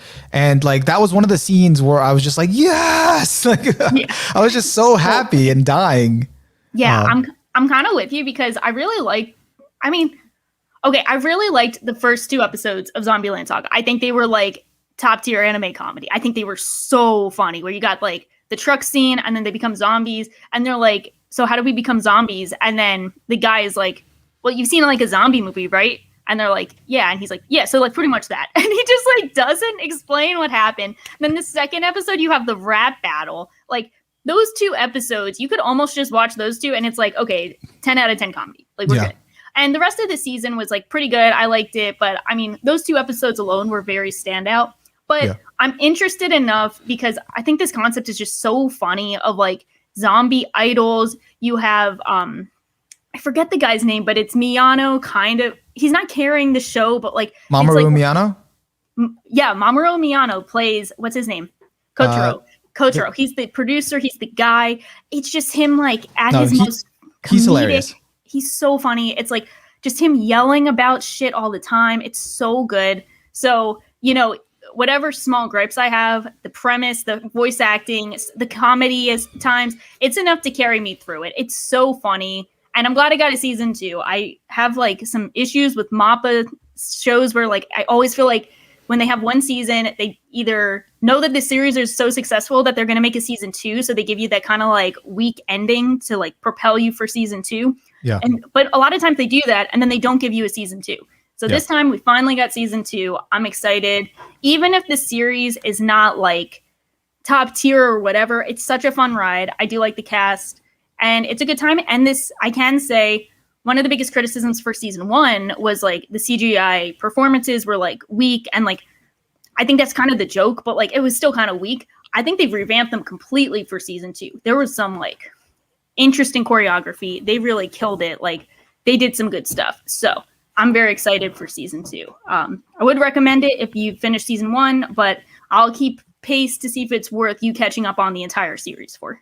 Yeah, definitely. I'll keep that one in mind, especially since you're recommending it. Although about CGI dances, though, I think that is like expected in idol anime. I think they usually have CGI dance numbers. So in season 1, it was very stiff. This one was still CGI, but the cinematography and choreography was like very like intense. Like it was a lot of effort was put into it. So I think it looked a lot better. Yeah. Okay. Yeah. I'll definitely keep that one in mind. And definitely if you haven't been checking it out, start season 2. That's it's so different. Like this season is like so much fewer sequels. But then last season was kind of like an anomaly. So, an outlier with how many sequels it had. Especially because so many sequels were put off because of COVID. So now we're kind of getting back into the like, new shows, some sequels, but not too many. Yeah. And as for me, the only show I watched, happened to catch like today on my own that I had heard good things about is called Those Snow White Notes. English title, Japanese is Mashiro no Oto. Maybe I should just pull it up. Yeah, might as well. maybe, Also, if you haven't heard about Demon Slayer movie, tickets April 23rd. Seriously? It's like, well, it's on your screen because we got the big Crunchyroll ads. Yeah, I haven't been looking at it. Oh, that's a good call. I was just like, oh yeah, someone is wholesome and doesn't have ad block. Yeah, that's me. I've got to get that going. Amethyst mentioned, I'm surprised you both haven't touched Odd Taxi. Feels right up your alley. I was going to bring that up to you. That one looks kind of quirky and funny. It reminded me of a Gretzko kind of aesthetic, but Yeah. I don't know what this emotion is on. I don't know either, but I get it though. I get it on the a Odd Taxi on a non-verbal level. I get it. You know, with Odd Taxi, like what is it? It's above a lot of the ones we talked about in rating. So I was like, oh, is this good? But I don't know. I heard it actually is as it sounds. It's just really odd. So I was like, maybe I won't like it. I don't know. You know what? I'll watch it and report back. I'll do it because it does look kind of quirky. I'm down for these types of shows. Yeah, and guys, like full disclosure, we are going to keep you updated on our seasonal journey with this one. We're gonna check in with you halfway through the season, and we'll let you know if we were wrong about things or if we picked something else up, and see what survived by the end. 100%. What is going to be the seasonal king or masterpiece this season, if there is one? Yeah, because Odd Taxi has like a 7.45, which is kind of high this season. You know, since everything's so low. Fans are not impressed. Not impressed. Too much of a season that pampered them last season. Just so done with mouse squirrels. I hate them. I hate the collective. But anyways, this is Mashiro no Oto, or Those Snow White Notes. It's on Crunchyroll. So I checked this out. It's like a coming of age drama about shamisen, which is a 3-stringed traditional Japanese musical instrument. So the music is actually supervised by the Yoshida brothers, who are internationally recognized Japanese shamisenist musicians. That's dope. I didn't know too much about them. You know, I kind of just watched it, found out afterward. I thought it was interesting. People were saying this was really good. It's just funny. Like I watched this with my fiance and we had like two completely like different reactions. She was like offended. She walked out like, this is a 1 out of 10. Like, oh really? Yeah. Oh, she was legit like ranting to me. I'm like, I get it. Leave me alone. Like, why did she think it was so like 1 out of 10 tier? She thought like all the characters were stupid. She was like frustrated with them. She just wanted to punch them all out. Like some things were just like nonsensical. Like, I got some of that. Like I admittedly, like there was like a bit of a weird execution with like this kind of lightning fast pacing, little like convenient plot occurrences, which were a little nonsensical if you think about them, and some like weird character interactions, which those I was fine with. You know, felt a little different, but like I don't know, like I guess like I did notice those things, and I'm like. But I suspended my disbelief because like some parts of it, and no pun intended, struck a chord with me. And I think it's because I'm a sucker for like coming of age, like sort of like, I guess like where it starts off premise wise is like the main character's grandfather just died and he was like this, really talented or really good shamisen player, and he picked up in his footsteps. He also has the same talent for it. But now that I think it's a combination of his grandfather dying and I don't know, other things, he's kind of hit a wall and he's lost his sort of sound for the shamisen or what to play or nothing. Can't hear the notes. Yeah. Something, it doesn't come out, and so like that whole theme, but then he flashbacks a lot to what his grandfather would teach him or told him. And his grandfather basically says like, cause he's trying to, he wants to sound exactly like his grandfather in terms, because he respects his grandfather. He loves his sound, but his grandfather says like, you're a disgrace if you try to sound like me. You got to find your own sound. And that whole concept of, wanting to be like someone else, but you can't be like someone else, and you have to, find your own path, because there's other characters also feel empty and they're trying to find their sort of way or meaning. That all like really like hits home with me. So I like that part. But there was like a bit of like weird stuff, a bit of like, stuff that didn't make sense without going too much into detail. Like that just kind of the way it happened was like, okay. And the main character is also made out to be like this, which really bothered my fiance, but like he has like no personality. So he's made to be like, I hate that. He's completely bland. He only lights up. And they do address this at the end of the episode when he plays the shamisen. and that's it. Like that's when he lights up. But besides that, like no personality at all, except for like one moment where he stands up for this one girl and he's like, he's ready to beat someone up over it. But that was it. But I don't know. I'm willing to give it another chance because when I was watching it, I found myself like glued to the screen to kind of see what happens next. But admittedly, what I'm concerned about, and you know, my fiance is really good at calling things. Like she was like, this girl's a doormat. This guy has no personality. You're going to see he's going to have no personality for the rest of the season. You know, I watched the next few minutes. Turns out girl is a doormat. You know, guy does have no personality. I'm like, shit. So my main concern is that this is giving me Sing Yesterday for Me vibes. Yeah. And that show is super frustrating. If you saw my video on it, you'll know what I mean. But you know, I hope it's not a letdown like that. I might give it a few more episodes, but I think if it resonates with you, I don't think you'll mind the other stuff. And if it doesn't resonate with you, you'll probably be like 1 out of 10 or, you know, or frustrating characters. Or, you know, if there's someone like that I know that likes to watch, you know, traumatizing shows, then maybe that's also right up your alley. That might be me. Yeah.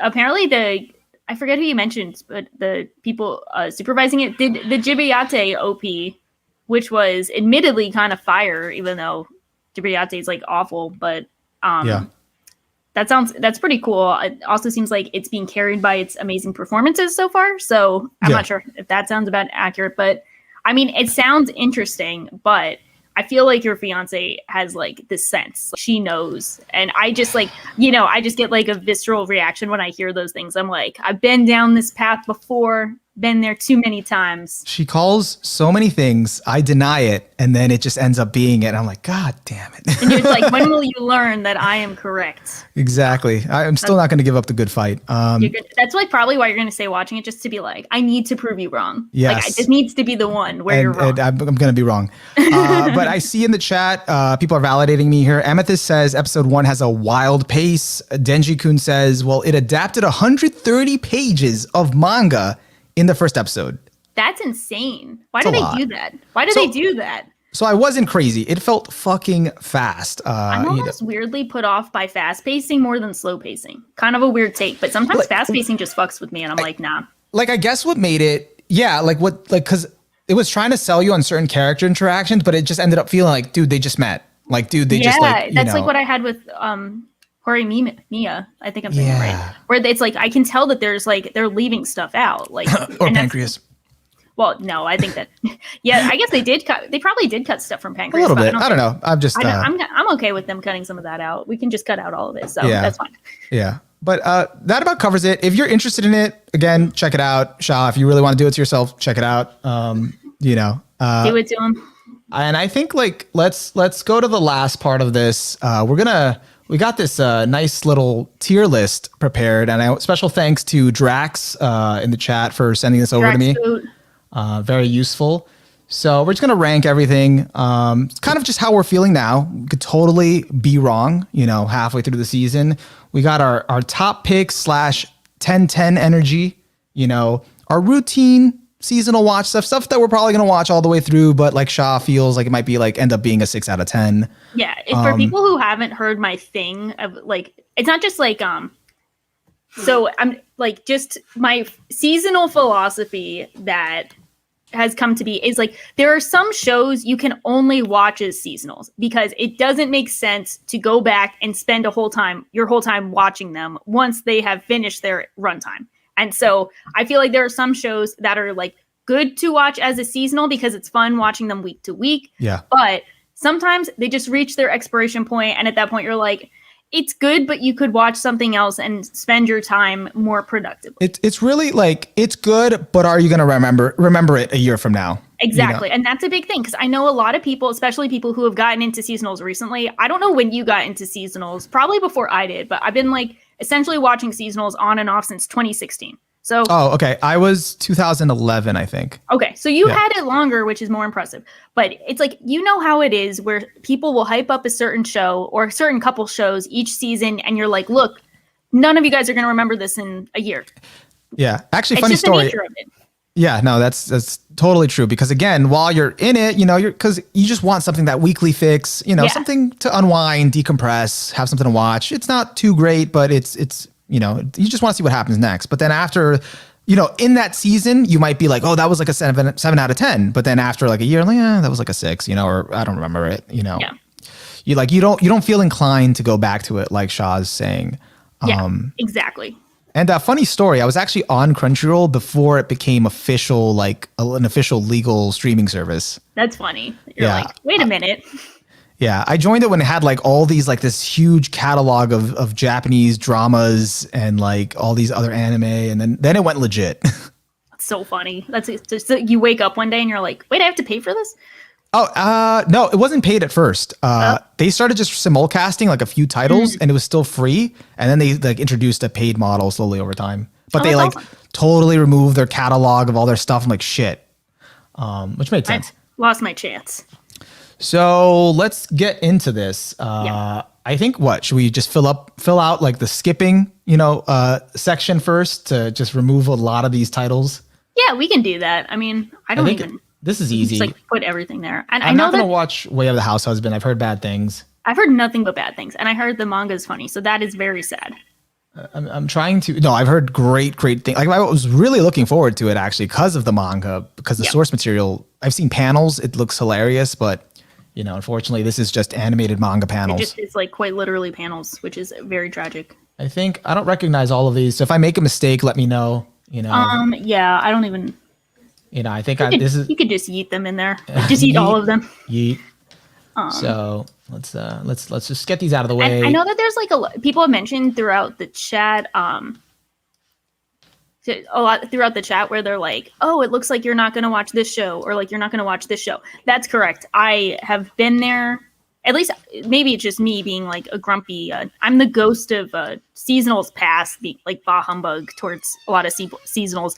And I just know I'm not going to watch them. I've been there where I check out like everything from the season. Half of it is really bad. And I go away with it like, I knew this was bad when I got into it. And I came out saying it was bad. And I'm not saying that's applicable for a lot of the shows people mentioned already. I just know for me, it's not going to end well. So I really have got to be a lot more picky about what shows I'm going to continue. So I overlook most of them. I mean, you feel that way? I've made videos on shows in a season at the beginning where I was like into, maybe I even recommended them. And then like literally I just fell off of it. I never went back to it. And then people asked me about them. Like, oh no, I fell off. So, Go watch this. It's like, you're the champion of the show. You're like, nope, abandoned it.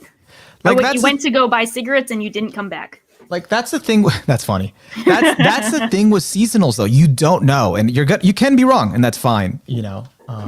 Because like some seasons have had like a stellar 10 episodes, and then the end or like the last few just like what the fuck happened. Yeah. So. And then for audio listeners, we pretty much have a tier list up. What we're putting in the skipping section is pretty much everything we didn't mention. So pretty much everything. Yeah. Yeah. Sorry, Fruits Basket final. People are going to be like, what about Fruits Basket? I'm not caught up. I know people like it. I liked what I saw, but that's the big catch up. I got to catch up on Fruits Basket. I get it. I hear you. I've read the whole manga years ago. I even read it again once the new anime started airing. So I lost. Again, like I said earlier, I lose incentive really quick once I'm like caught up on the manga. I'm just like, I don't care. Did you watch any of this new anime? And did you watch the original? I watched the whole original. I owned it on DVD. That's actually how I first got into the show. Then I went and I collected the manga for a time. Then I read all of it. And then when this came out, I watched like the first 2 episodes, and then I just refreshed on the whole. I was just looking up one thing in the manga.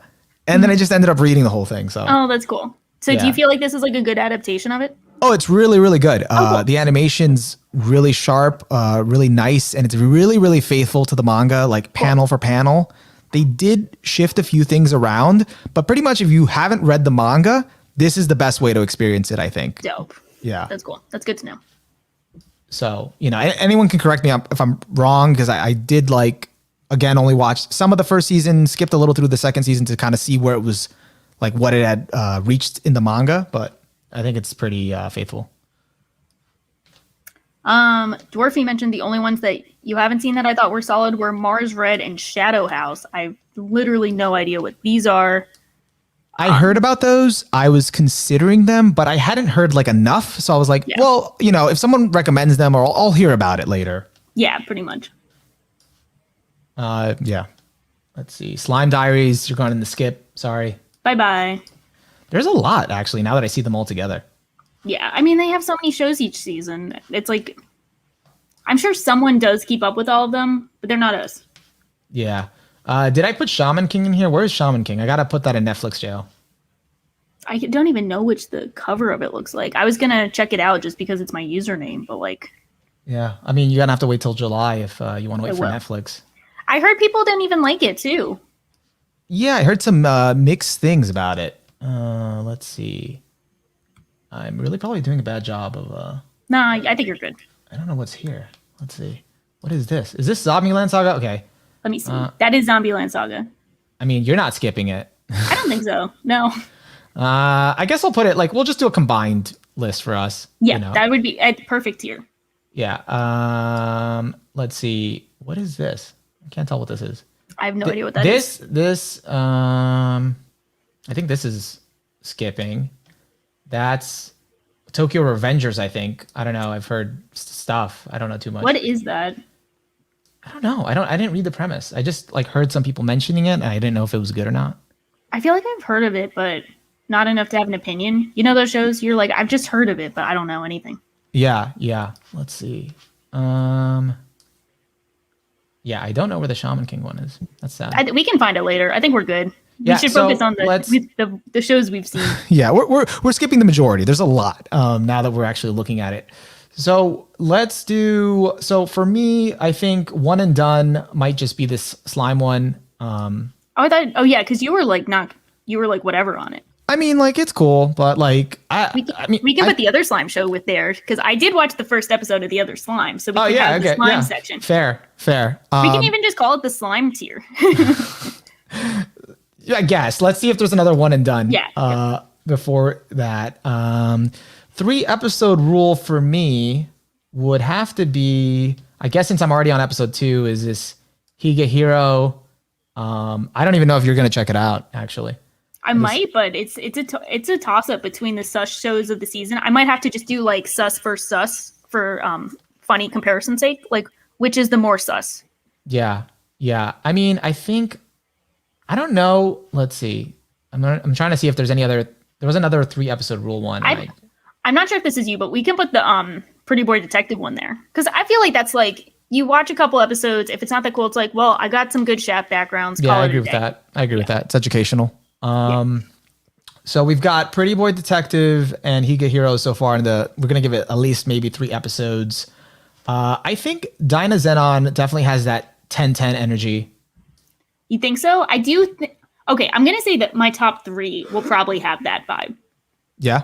I'm gonna say that because I'm probably not gonna give anything here a 10 out of 10 unless I'm really surprised. Well, no, I meant like potential to be a 10 out of 10 by the end of the season. So, do you think we could put the 10 out of 10 as in like another? You don't have to change the title because like that's just our tier. To me, I also think of it as like show I will remember 1 year down the line. Okay. Yeah. That's like my version too of like noteworthy show that will be talked about a year from now. Yeah, let's do that. Oh, you don't have to change it, but yeah. No, but verbally, let's do that. Yeah, verbally we're in agreement. I think VV's up there too. I think I'm between like routine seasonal, but I think it has based on its originality some potential. VV is like the case where it will either crash or it will either hit or miss. I don't think there will be a middle ground with it. And I do think with like one misstep, it could just be like, okay, well, that was interesting, but now it sucks. It's like in that precarious spot. Yeah. So I do think it is either, what is it? Like not hit or bust or like best or bust. I don't know. Yeah.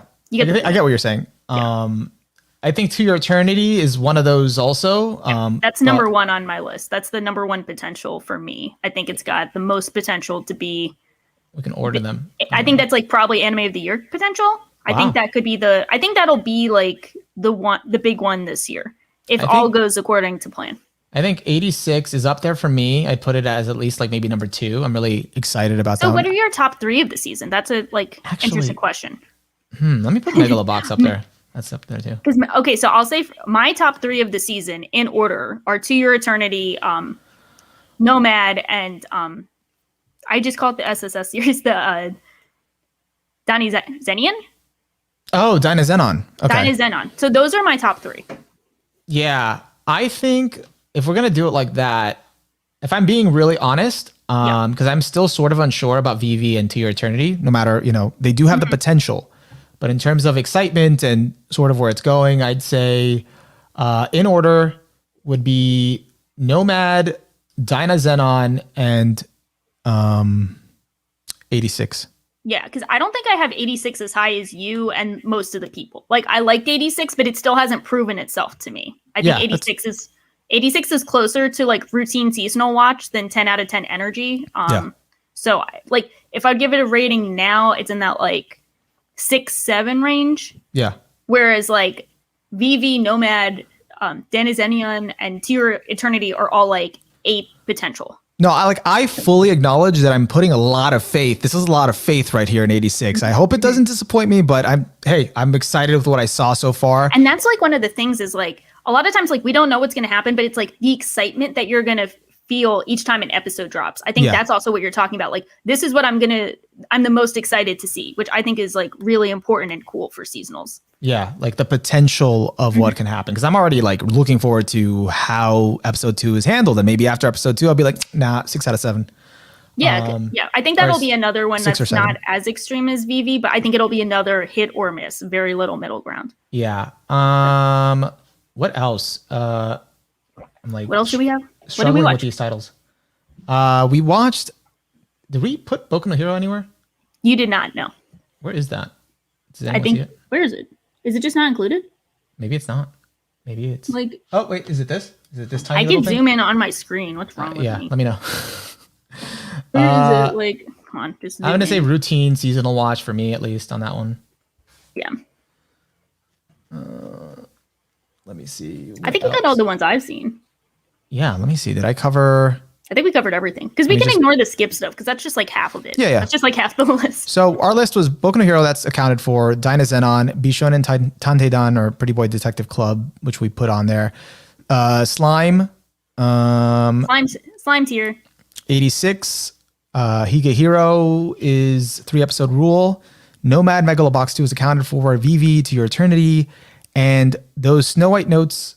Oh, did I put that? Oh, you didn't do the Snow White notes. So that's the one I'm putting, I think 3-episode rule. I'm not sure about it. Yeah. So I think, and the chat is saying, let me just catch up here for a little bit. Onimaru would love Tokyo Revengers. From what I've seen, it might be 3x3 material. Oh, okay. Ooh. You really know how to sell me on this. Just for you, I might consider it. So I think, so for the audio listeners and everyone else, our top picks, joint top picks are Nomad Megalobox 2, Dyna Xenon, 86, VV, and To Your Eternity. So definitely, if you're not watching any of those, we can safely recommend you should at least check out the first episode, see how you feel about it. 100%. Routine seasonal watch are pretty much the sequels. The sequels, except for it's so funny you get the spiritual successor sequels that are in the 10 out of 10 energy pick, and then the like literal sequels are routine watch. Yeah, like it's you kind of more or less. There's nothing that's like dropped that's super exciting yet, but if you're caught up on Zombieland Saga, watch season 2. Same thing with Boku no Hero season 5. Ones we're iffy on. Hige Hero for me. Both of us, Pretty Boy Detective Club, and Snow White Notes again for me. And if you're into that one, check it out. And then, if you love slime, hey, awesome. But for us, we're kind of like done. Slime season over. Well, at least for the spinoff. I don't really care for spinoff. So if it was like season 3, I'd be watching that. Yeah. And then, we skipped a ton, and then Shaman King is in Netflix jail. So if it is good, I will check it out in July. Yeah. So that's about it. Did you have anything else you wanted to add, Shao? Not really. I do have to say, I think this season is very interesting, and there is a lot of potential. And even though I think we've been in this camp before where we start a season, there's always a lot of potential, and then a lot of times it doesn't play out. I do think I will be really interested to follow everything this season. So even worst case scenario, a lot of these end up being disappointing. I will enjoy the journey to experience them because they have such unique premises, such interesting, such interesting ideas at play. So I'm very excited for this season. Yeah, I'm pretty enthusiasm. I'm pretty confident with the top picks. I'm probably going to watch them all the way through, even if they, disappoint a little. But we will update you again halfway through the season to see if we're just completely off the mark and we just end up dropping everything. We're watching Legend of the Galactic Heroes now. We just dropped the whole season. Sorry. That's when you get like so burnt out. You're like, it's time to go back to the 80s. We are taking it back. And we might pick up more shows along the way if they are interesting. You guys mentioned Odd Taxi. Might pick that up. Might have to peep that. So we will keep you posted midway through. Got a midway check-in, see how we feel about things, and report back. So we'll do the midway check through, and then if we possibly end of season check-in if we've survived. We'll crown the winner, and the criteria for the winner or the king of the season is not forgettable. We will remember it in a year. That's the main objective. It'll live rent free in our heads till then. So, and again, if you have any recommendations, we're open to them. Let us know either in the chat, hit us up on Twitter. We plan to update you. That's it for this episode. Help support the show by subscribing so we can keep the channel growing. And if you're already subscribed, give us a like or a comment. Let us hear what you thought. Like I said, you can follow us on Twitter or check out the audio version of the podcast on Spotify or Apple Podcasts if you don't want to see our faces. Which normally I think the audio version should be up the day after the live stream, at latest, maybe 2 days after. Just double check if you're interested in that.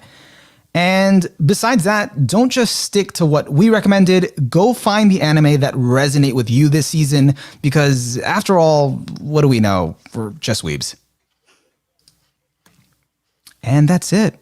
Shah has somewhere to be, so let's do a quick post show. I think we actually finished up a bit early, but yeah. So at 5, I get to do replay values Jeopardy. I am scared shitless. I think I'm going to kind of suck. Do you want me to tune in for that? You want me to cheer you on for that one? Yeah, if you have time, but it's like, do I need support? Yes. I think I'm going to do bad. I'm playing against Gianni, otherwise known as Subtitled Anime. And then my friend, Gianni's my friend too, but Fate Steel Taylor is kind of like, we're like kind of thing 1 and thing 2, where we show up and make bad puns and wreck everyone's mentions on Twitter and annoy them. So terrible. Yeah, it was so funny because they said to their friends okay, Shah knows everything I do. They're gonna destroy me, and I'm like, I literally said, you know everything I know and more, so you will destroy me. So I think Gianni is just probably gonna win at the end. I mean, that sounds just super fun just to see that play out. So where do twitch.tv/replay value if people want to check it out? Yeah, let me double check because I tweeted out the link, something of it's twitch.tv/the replay value. I posted it on my Twitter. Let me post the link in chat. I know if anyone is interested, it's starting in 45 minutes. So also to the Kage Pro, I saw that you asked earlier when you just got in, what did I miss? You missed that we shouted out your 3x3. Shaw King actually gave you a rating for it. So you might want to replay the beginning of the stream to see what she said. Yeah, I said good things. Don't worry. It looked nice. And then we got a question right now. Are we watching The World Ends With You? I wasn't going to do it because I was still salty over the opening getting changed. And I heard it was very much a video game anime. So I don't know if you were going to check it out. Oh, no, I wasn't right off the bat. I was interested in the art. I watched the trailer, but I have no faith in video game adaptations. It's a strong, I've been burned before. I have played World Ends With You. I've beat the game. So again, there's nothing there for me. So I'm although, and I hate that they're doing this, I did hear, and again, World Ends With You fans, correct me if I'm wrong, that the sequel game for the Nintendo Switch that's coming out in the summer is going to be based on the anime version and not the game. That's smart. So they're really cross-media consumption. I'm either gonna be blasphemous and wiki, or I'm gonna talk to Maz. He'll give me the rundown and then jump to the second game, because that should be fun. Hopefully, because The World Ends With You is Maz's favorite video game, so I feel like he is the fan. If he approves of it, I will watch it. If he doesn't approve of it, I will not watch it. I mean, he says it's been okay so far, so I don't know. You know, he said that in the chat. Okay. So that's not selling me on it, but we'll see. That might change. But you know, if you haven't played the game though, just play the game. I do want to play the game. Is it on Switch right now? The original game? I don't know. have to I still double check. have it for 3D DS. It was DS, but I played it on 3DS. I don't know. I still have it. So, do you have a DS? I don't think I do. I might have it. I think my fiance has a 3DS, but I think it's kind of old, so I don't know where it is. Okay. I just want everything on one console. I just don't want to deal with it. The Switch is so good. It's like the I love the perfect Switch. console. So It is. I love the Switch. I'm getting my second vax on Monday, and I'm gonna just switch out. dude, Switch up. I should totally do that because I'm getting my second vax on Wednesday, and I'm feeling like I'm foreseeing that I'm gonna knock out the second day. So I'm like, Yeah, shit, that's what I should finally use this as a perfect excuse to finally go back to Fire Emblem Three Houses, which Did you I ever s- finish it? no, I started it last year in April. Okay. And I was working on a video, so I forced myself to stop a year from like around this time, and I haven't played it since then. So how far did you get? Because like you know how there's 3 routes, so like you could have finished a route, and I feel like that still counts as like finishing the game. No, I'm terrible. I'm still on the first route that I was playing, and I only got to chapter 4 because like I was taking forever because like I played it on hard. I put it on hard and I put it on classic. Why? I don't know. I just was like, That's you know so hard. what? I played other Fire Emblem games before. This is like me going to Kingdom Hearts and putting it on proud. Like I've earned my my thing. If you've played them, that makes sense. It was my first Fire Emblem game. Oh, so okay. easy mode. I'm not like a Fire Emblem veteran. Like I do have a friend that's played like almost all the games, but I started with Awakening, then played Fates, I think was the second one, and then which took me forever, and then I went to Three Houses. But with Three Houses, so I the thing was that's insane about it is like each match would take me 2 hours. Not like an exaggeration. It's like a minimum couple hours. I don't even think that's like a skill level thing. Like you just got to know, like if you're doing each battle, like you're going to sit down for a couple hours to play it. Well, it was also like, but each battle itself would take me 2 hours because like I never played it on classic before. So I'm like here trying to not get my characters to die. Yeah. I want everyone to live, and I'm like replaying all my moves. I'm mapping them out. I actually had like at one point 30 tabs open for Fire Emblem because I was just like writing all these notes about like how I wanted to class my characters and do all this stuff. God. You're so meticulous too. I could see you writing like a dissertation and you're like, this is the game plan for chapter 3. This is what we're doing. Like I don't know. I usually play games for stories, but like when a game has like a lot of lore, a lot of mechanics, it really excites me. So I just get into this rabbit hole. Like that actually happened to me with Bravely Default, which has a great like fun like battle system that has like all these combinations. Have you ever played it?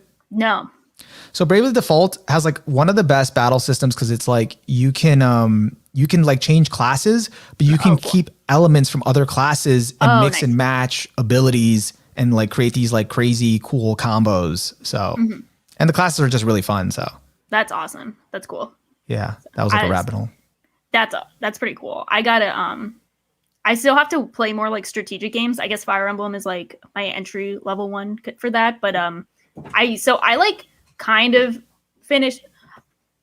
I did 2 routes and I did the DLC. I'm on the last route. It's the Claude's route, the Golden Deer. I got like a few chapters in, and then a couple of years went by. I have completely forgotten how to play the game. Now I have to go back and finish it so I can be like, I finished the game.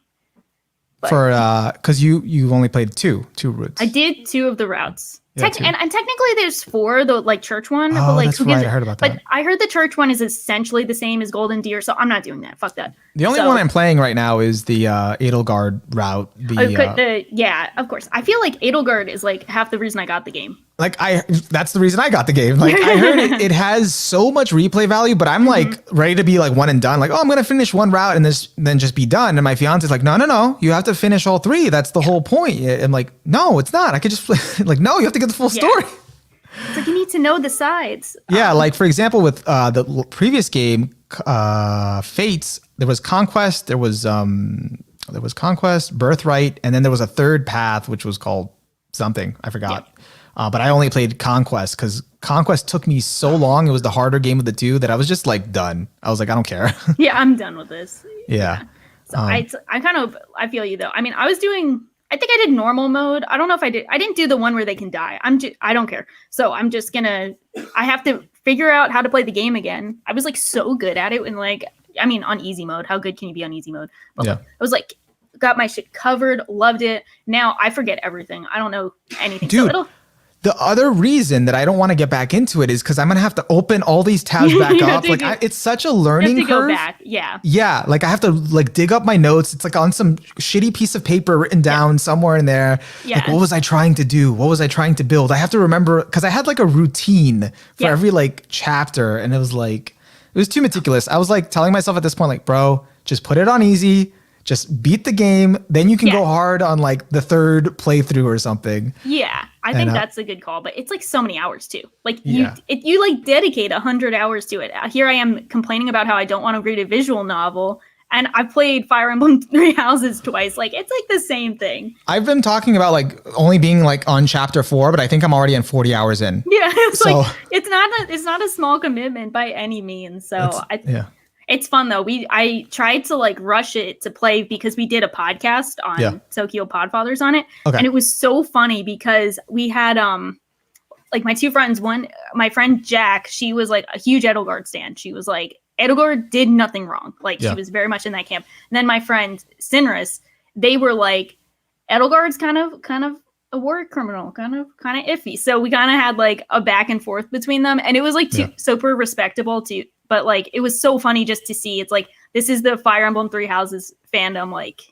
in a concentration, like to see them battle. So it was funny. The fandom just looks so fun, which is surprising to say about any fandom. That it just makes me like want to finish it and catch up, so I can be in the know about like what we're worrying about. But it's cool. There are definitely.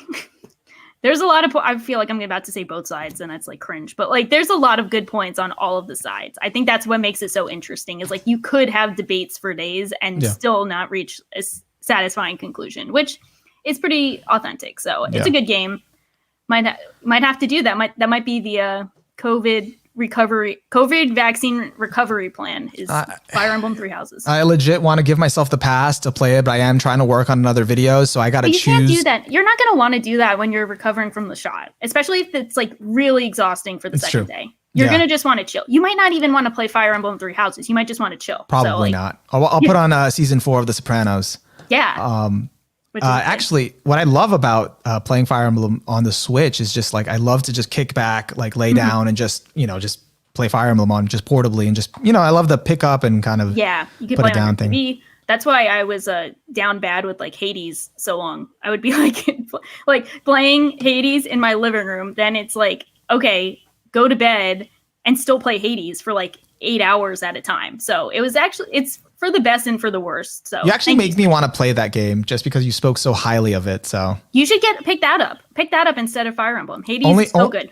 Only if we do a pod on it, and only if it's. How many hours is it?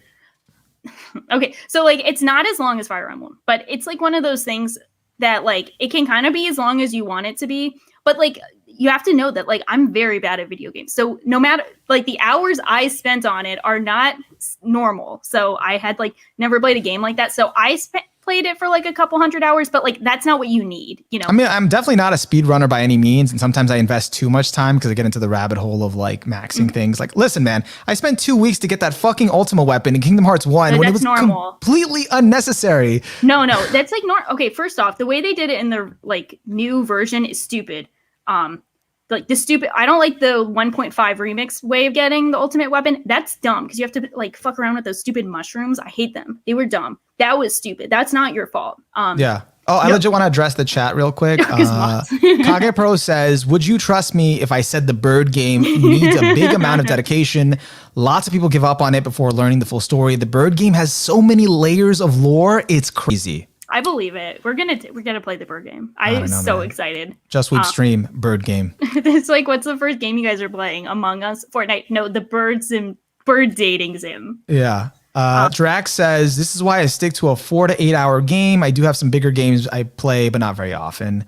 And Maz, this is so true. Like I legitimately didn't go online for like 3 or 4 days. Like no Discord, no Twitter. I didn't open my computer for 3 to 4 days because I was just playing Hades. No, I remember that time period. Oh, yeah, I think you I was remember trying to reach that. out to you, and then like was you like, like sorry, came I'm back playing 5 days later. You're like, so sorry, Hades took over my life for the I past was week. not exaggerating. I was not even trying to ghost anyone. I just didn't log And it's on. weird because you're like very like active Like, on Twitter. I'm like addicted to Twitter. I was like, new addiction, yay. Replacing one unhealthy addiction with another. That's kind of my life in a nutshell. But All right, guys. I think this about wraps it up. Shah's got a Jeopardy stream to get ready for. I'm so scared. Please join. It was really fun watching Panic. You heard I bitched about it already. So we got to redeem Panic. Yeah. Because Panic is also on my Tokyo Podfathers podcast. He's a good friend of the show. Panic. He helps us out with everything. He helps us out with like, highlights and everything. But Panic really did fuck up. Like he did not know the composer for Attack on Titan. When we have an Attack on Titan stream, I'm still mad. I'm still salty, but Panic did good overall. He didn't win, but he came in a very solid second and he had some very clutch answers, but it is time to redeem Panic. You know, Panic, whenever I was on with him on an Attack on Titan live stream, I'm like, this guy is like the most knowledgeable guy here, you know, and now to hear that's just like image shattered. No, I'm just kidding. Yeah. Love what Panic helps us out with. Really talented guy. Maybe not knowledgeable about composers, but it's all good. He is very knowledgeable about other things, and he's just like, I just don't know about composers. And I'm like, that's fair, but like we literally cover Attack on Titan every week. Like we've had discussions about this. But then again, I'm also not a big OST guy, admittedly, so I probably wouldn't know either. Although, you know, I've always heard the big names in Japanese. The big boys, yeah. Composing. Someone's asking for the link for the stream, Shah. I posted it before. Let me get it again. It's twitch.tv/the replay value, but I posted it before and I don't think it totally shows up, but I'm gonna tweet it again. Everyone, please, it's gonna be a battle. We're gonna just be shit talking the whole time. Like Tay even told me I can't wait to just shit talk on the stream, and I'm like, I hope the replay value isn't like expecting us to be too wholesome because we've all been friends for a while, so this is kind of just gonna be a slugfest. Nah, it's gotta go down. Are you gonna put it in the chat here or on Twitter? I put it in our YouTube chat, but I'll put it on Twitter again. Okay, whatever is easier. So yeah, I think it's just straightforward. Twitch.tv/replay value, I think. I'm so scared though. I don't even know how to buzz in. What if I don't say what is? What if I just forget to say that? You'll be fine. You'll be fine.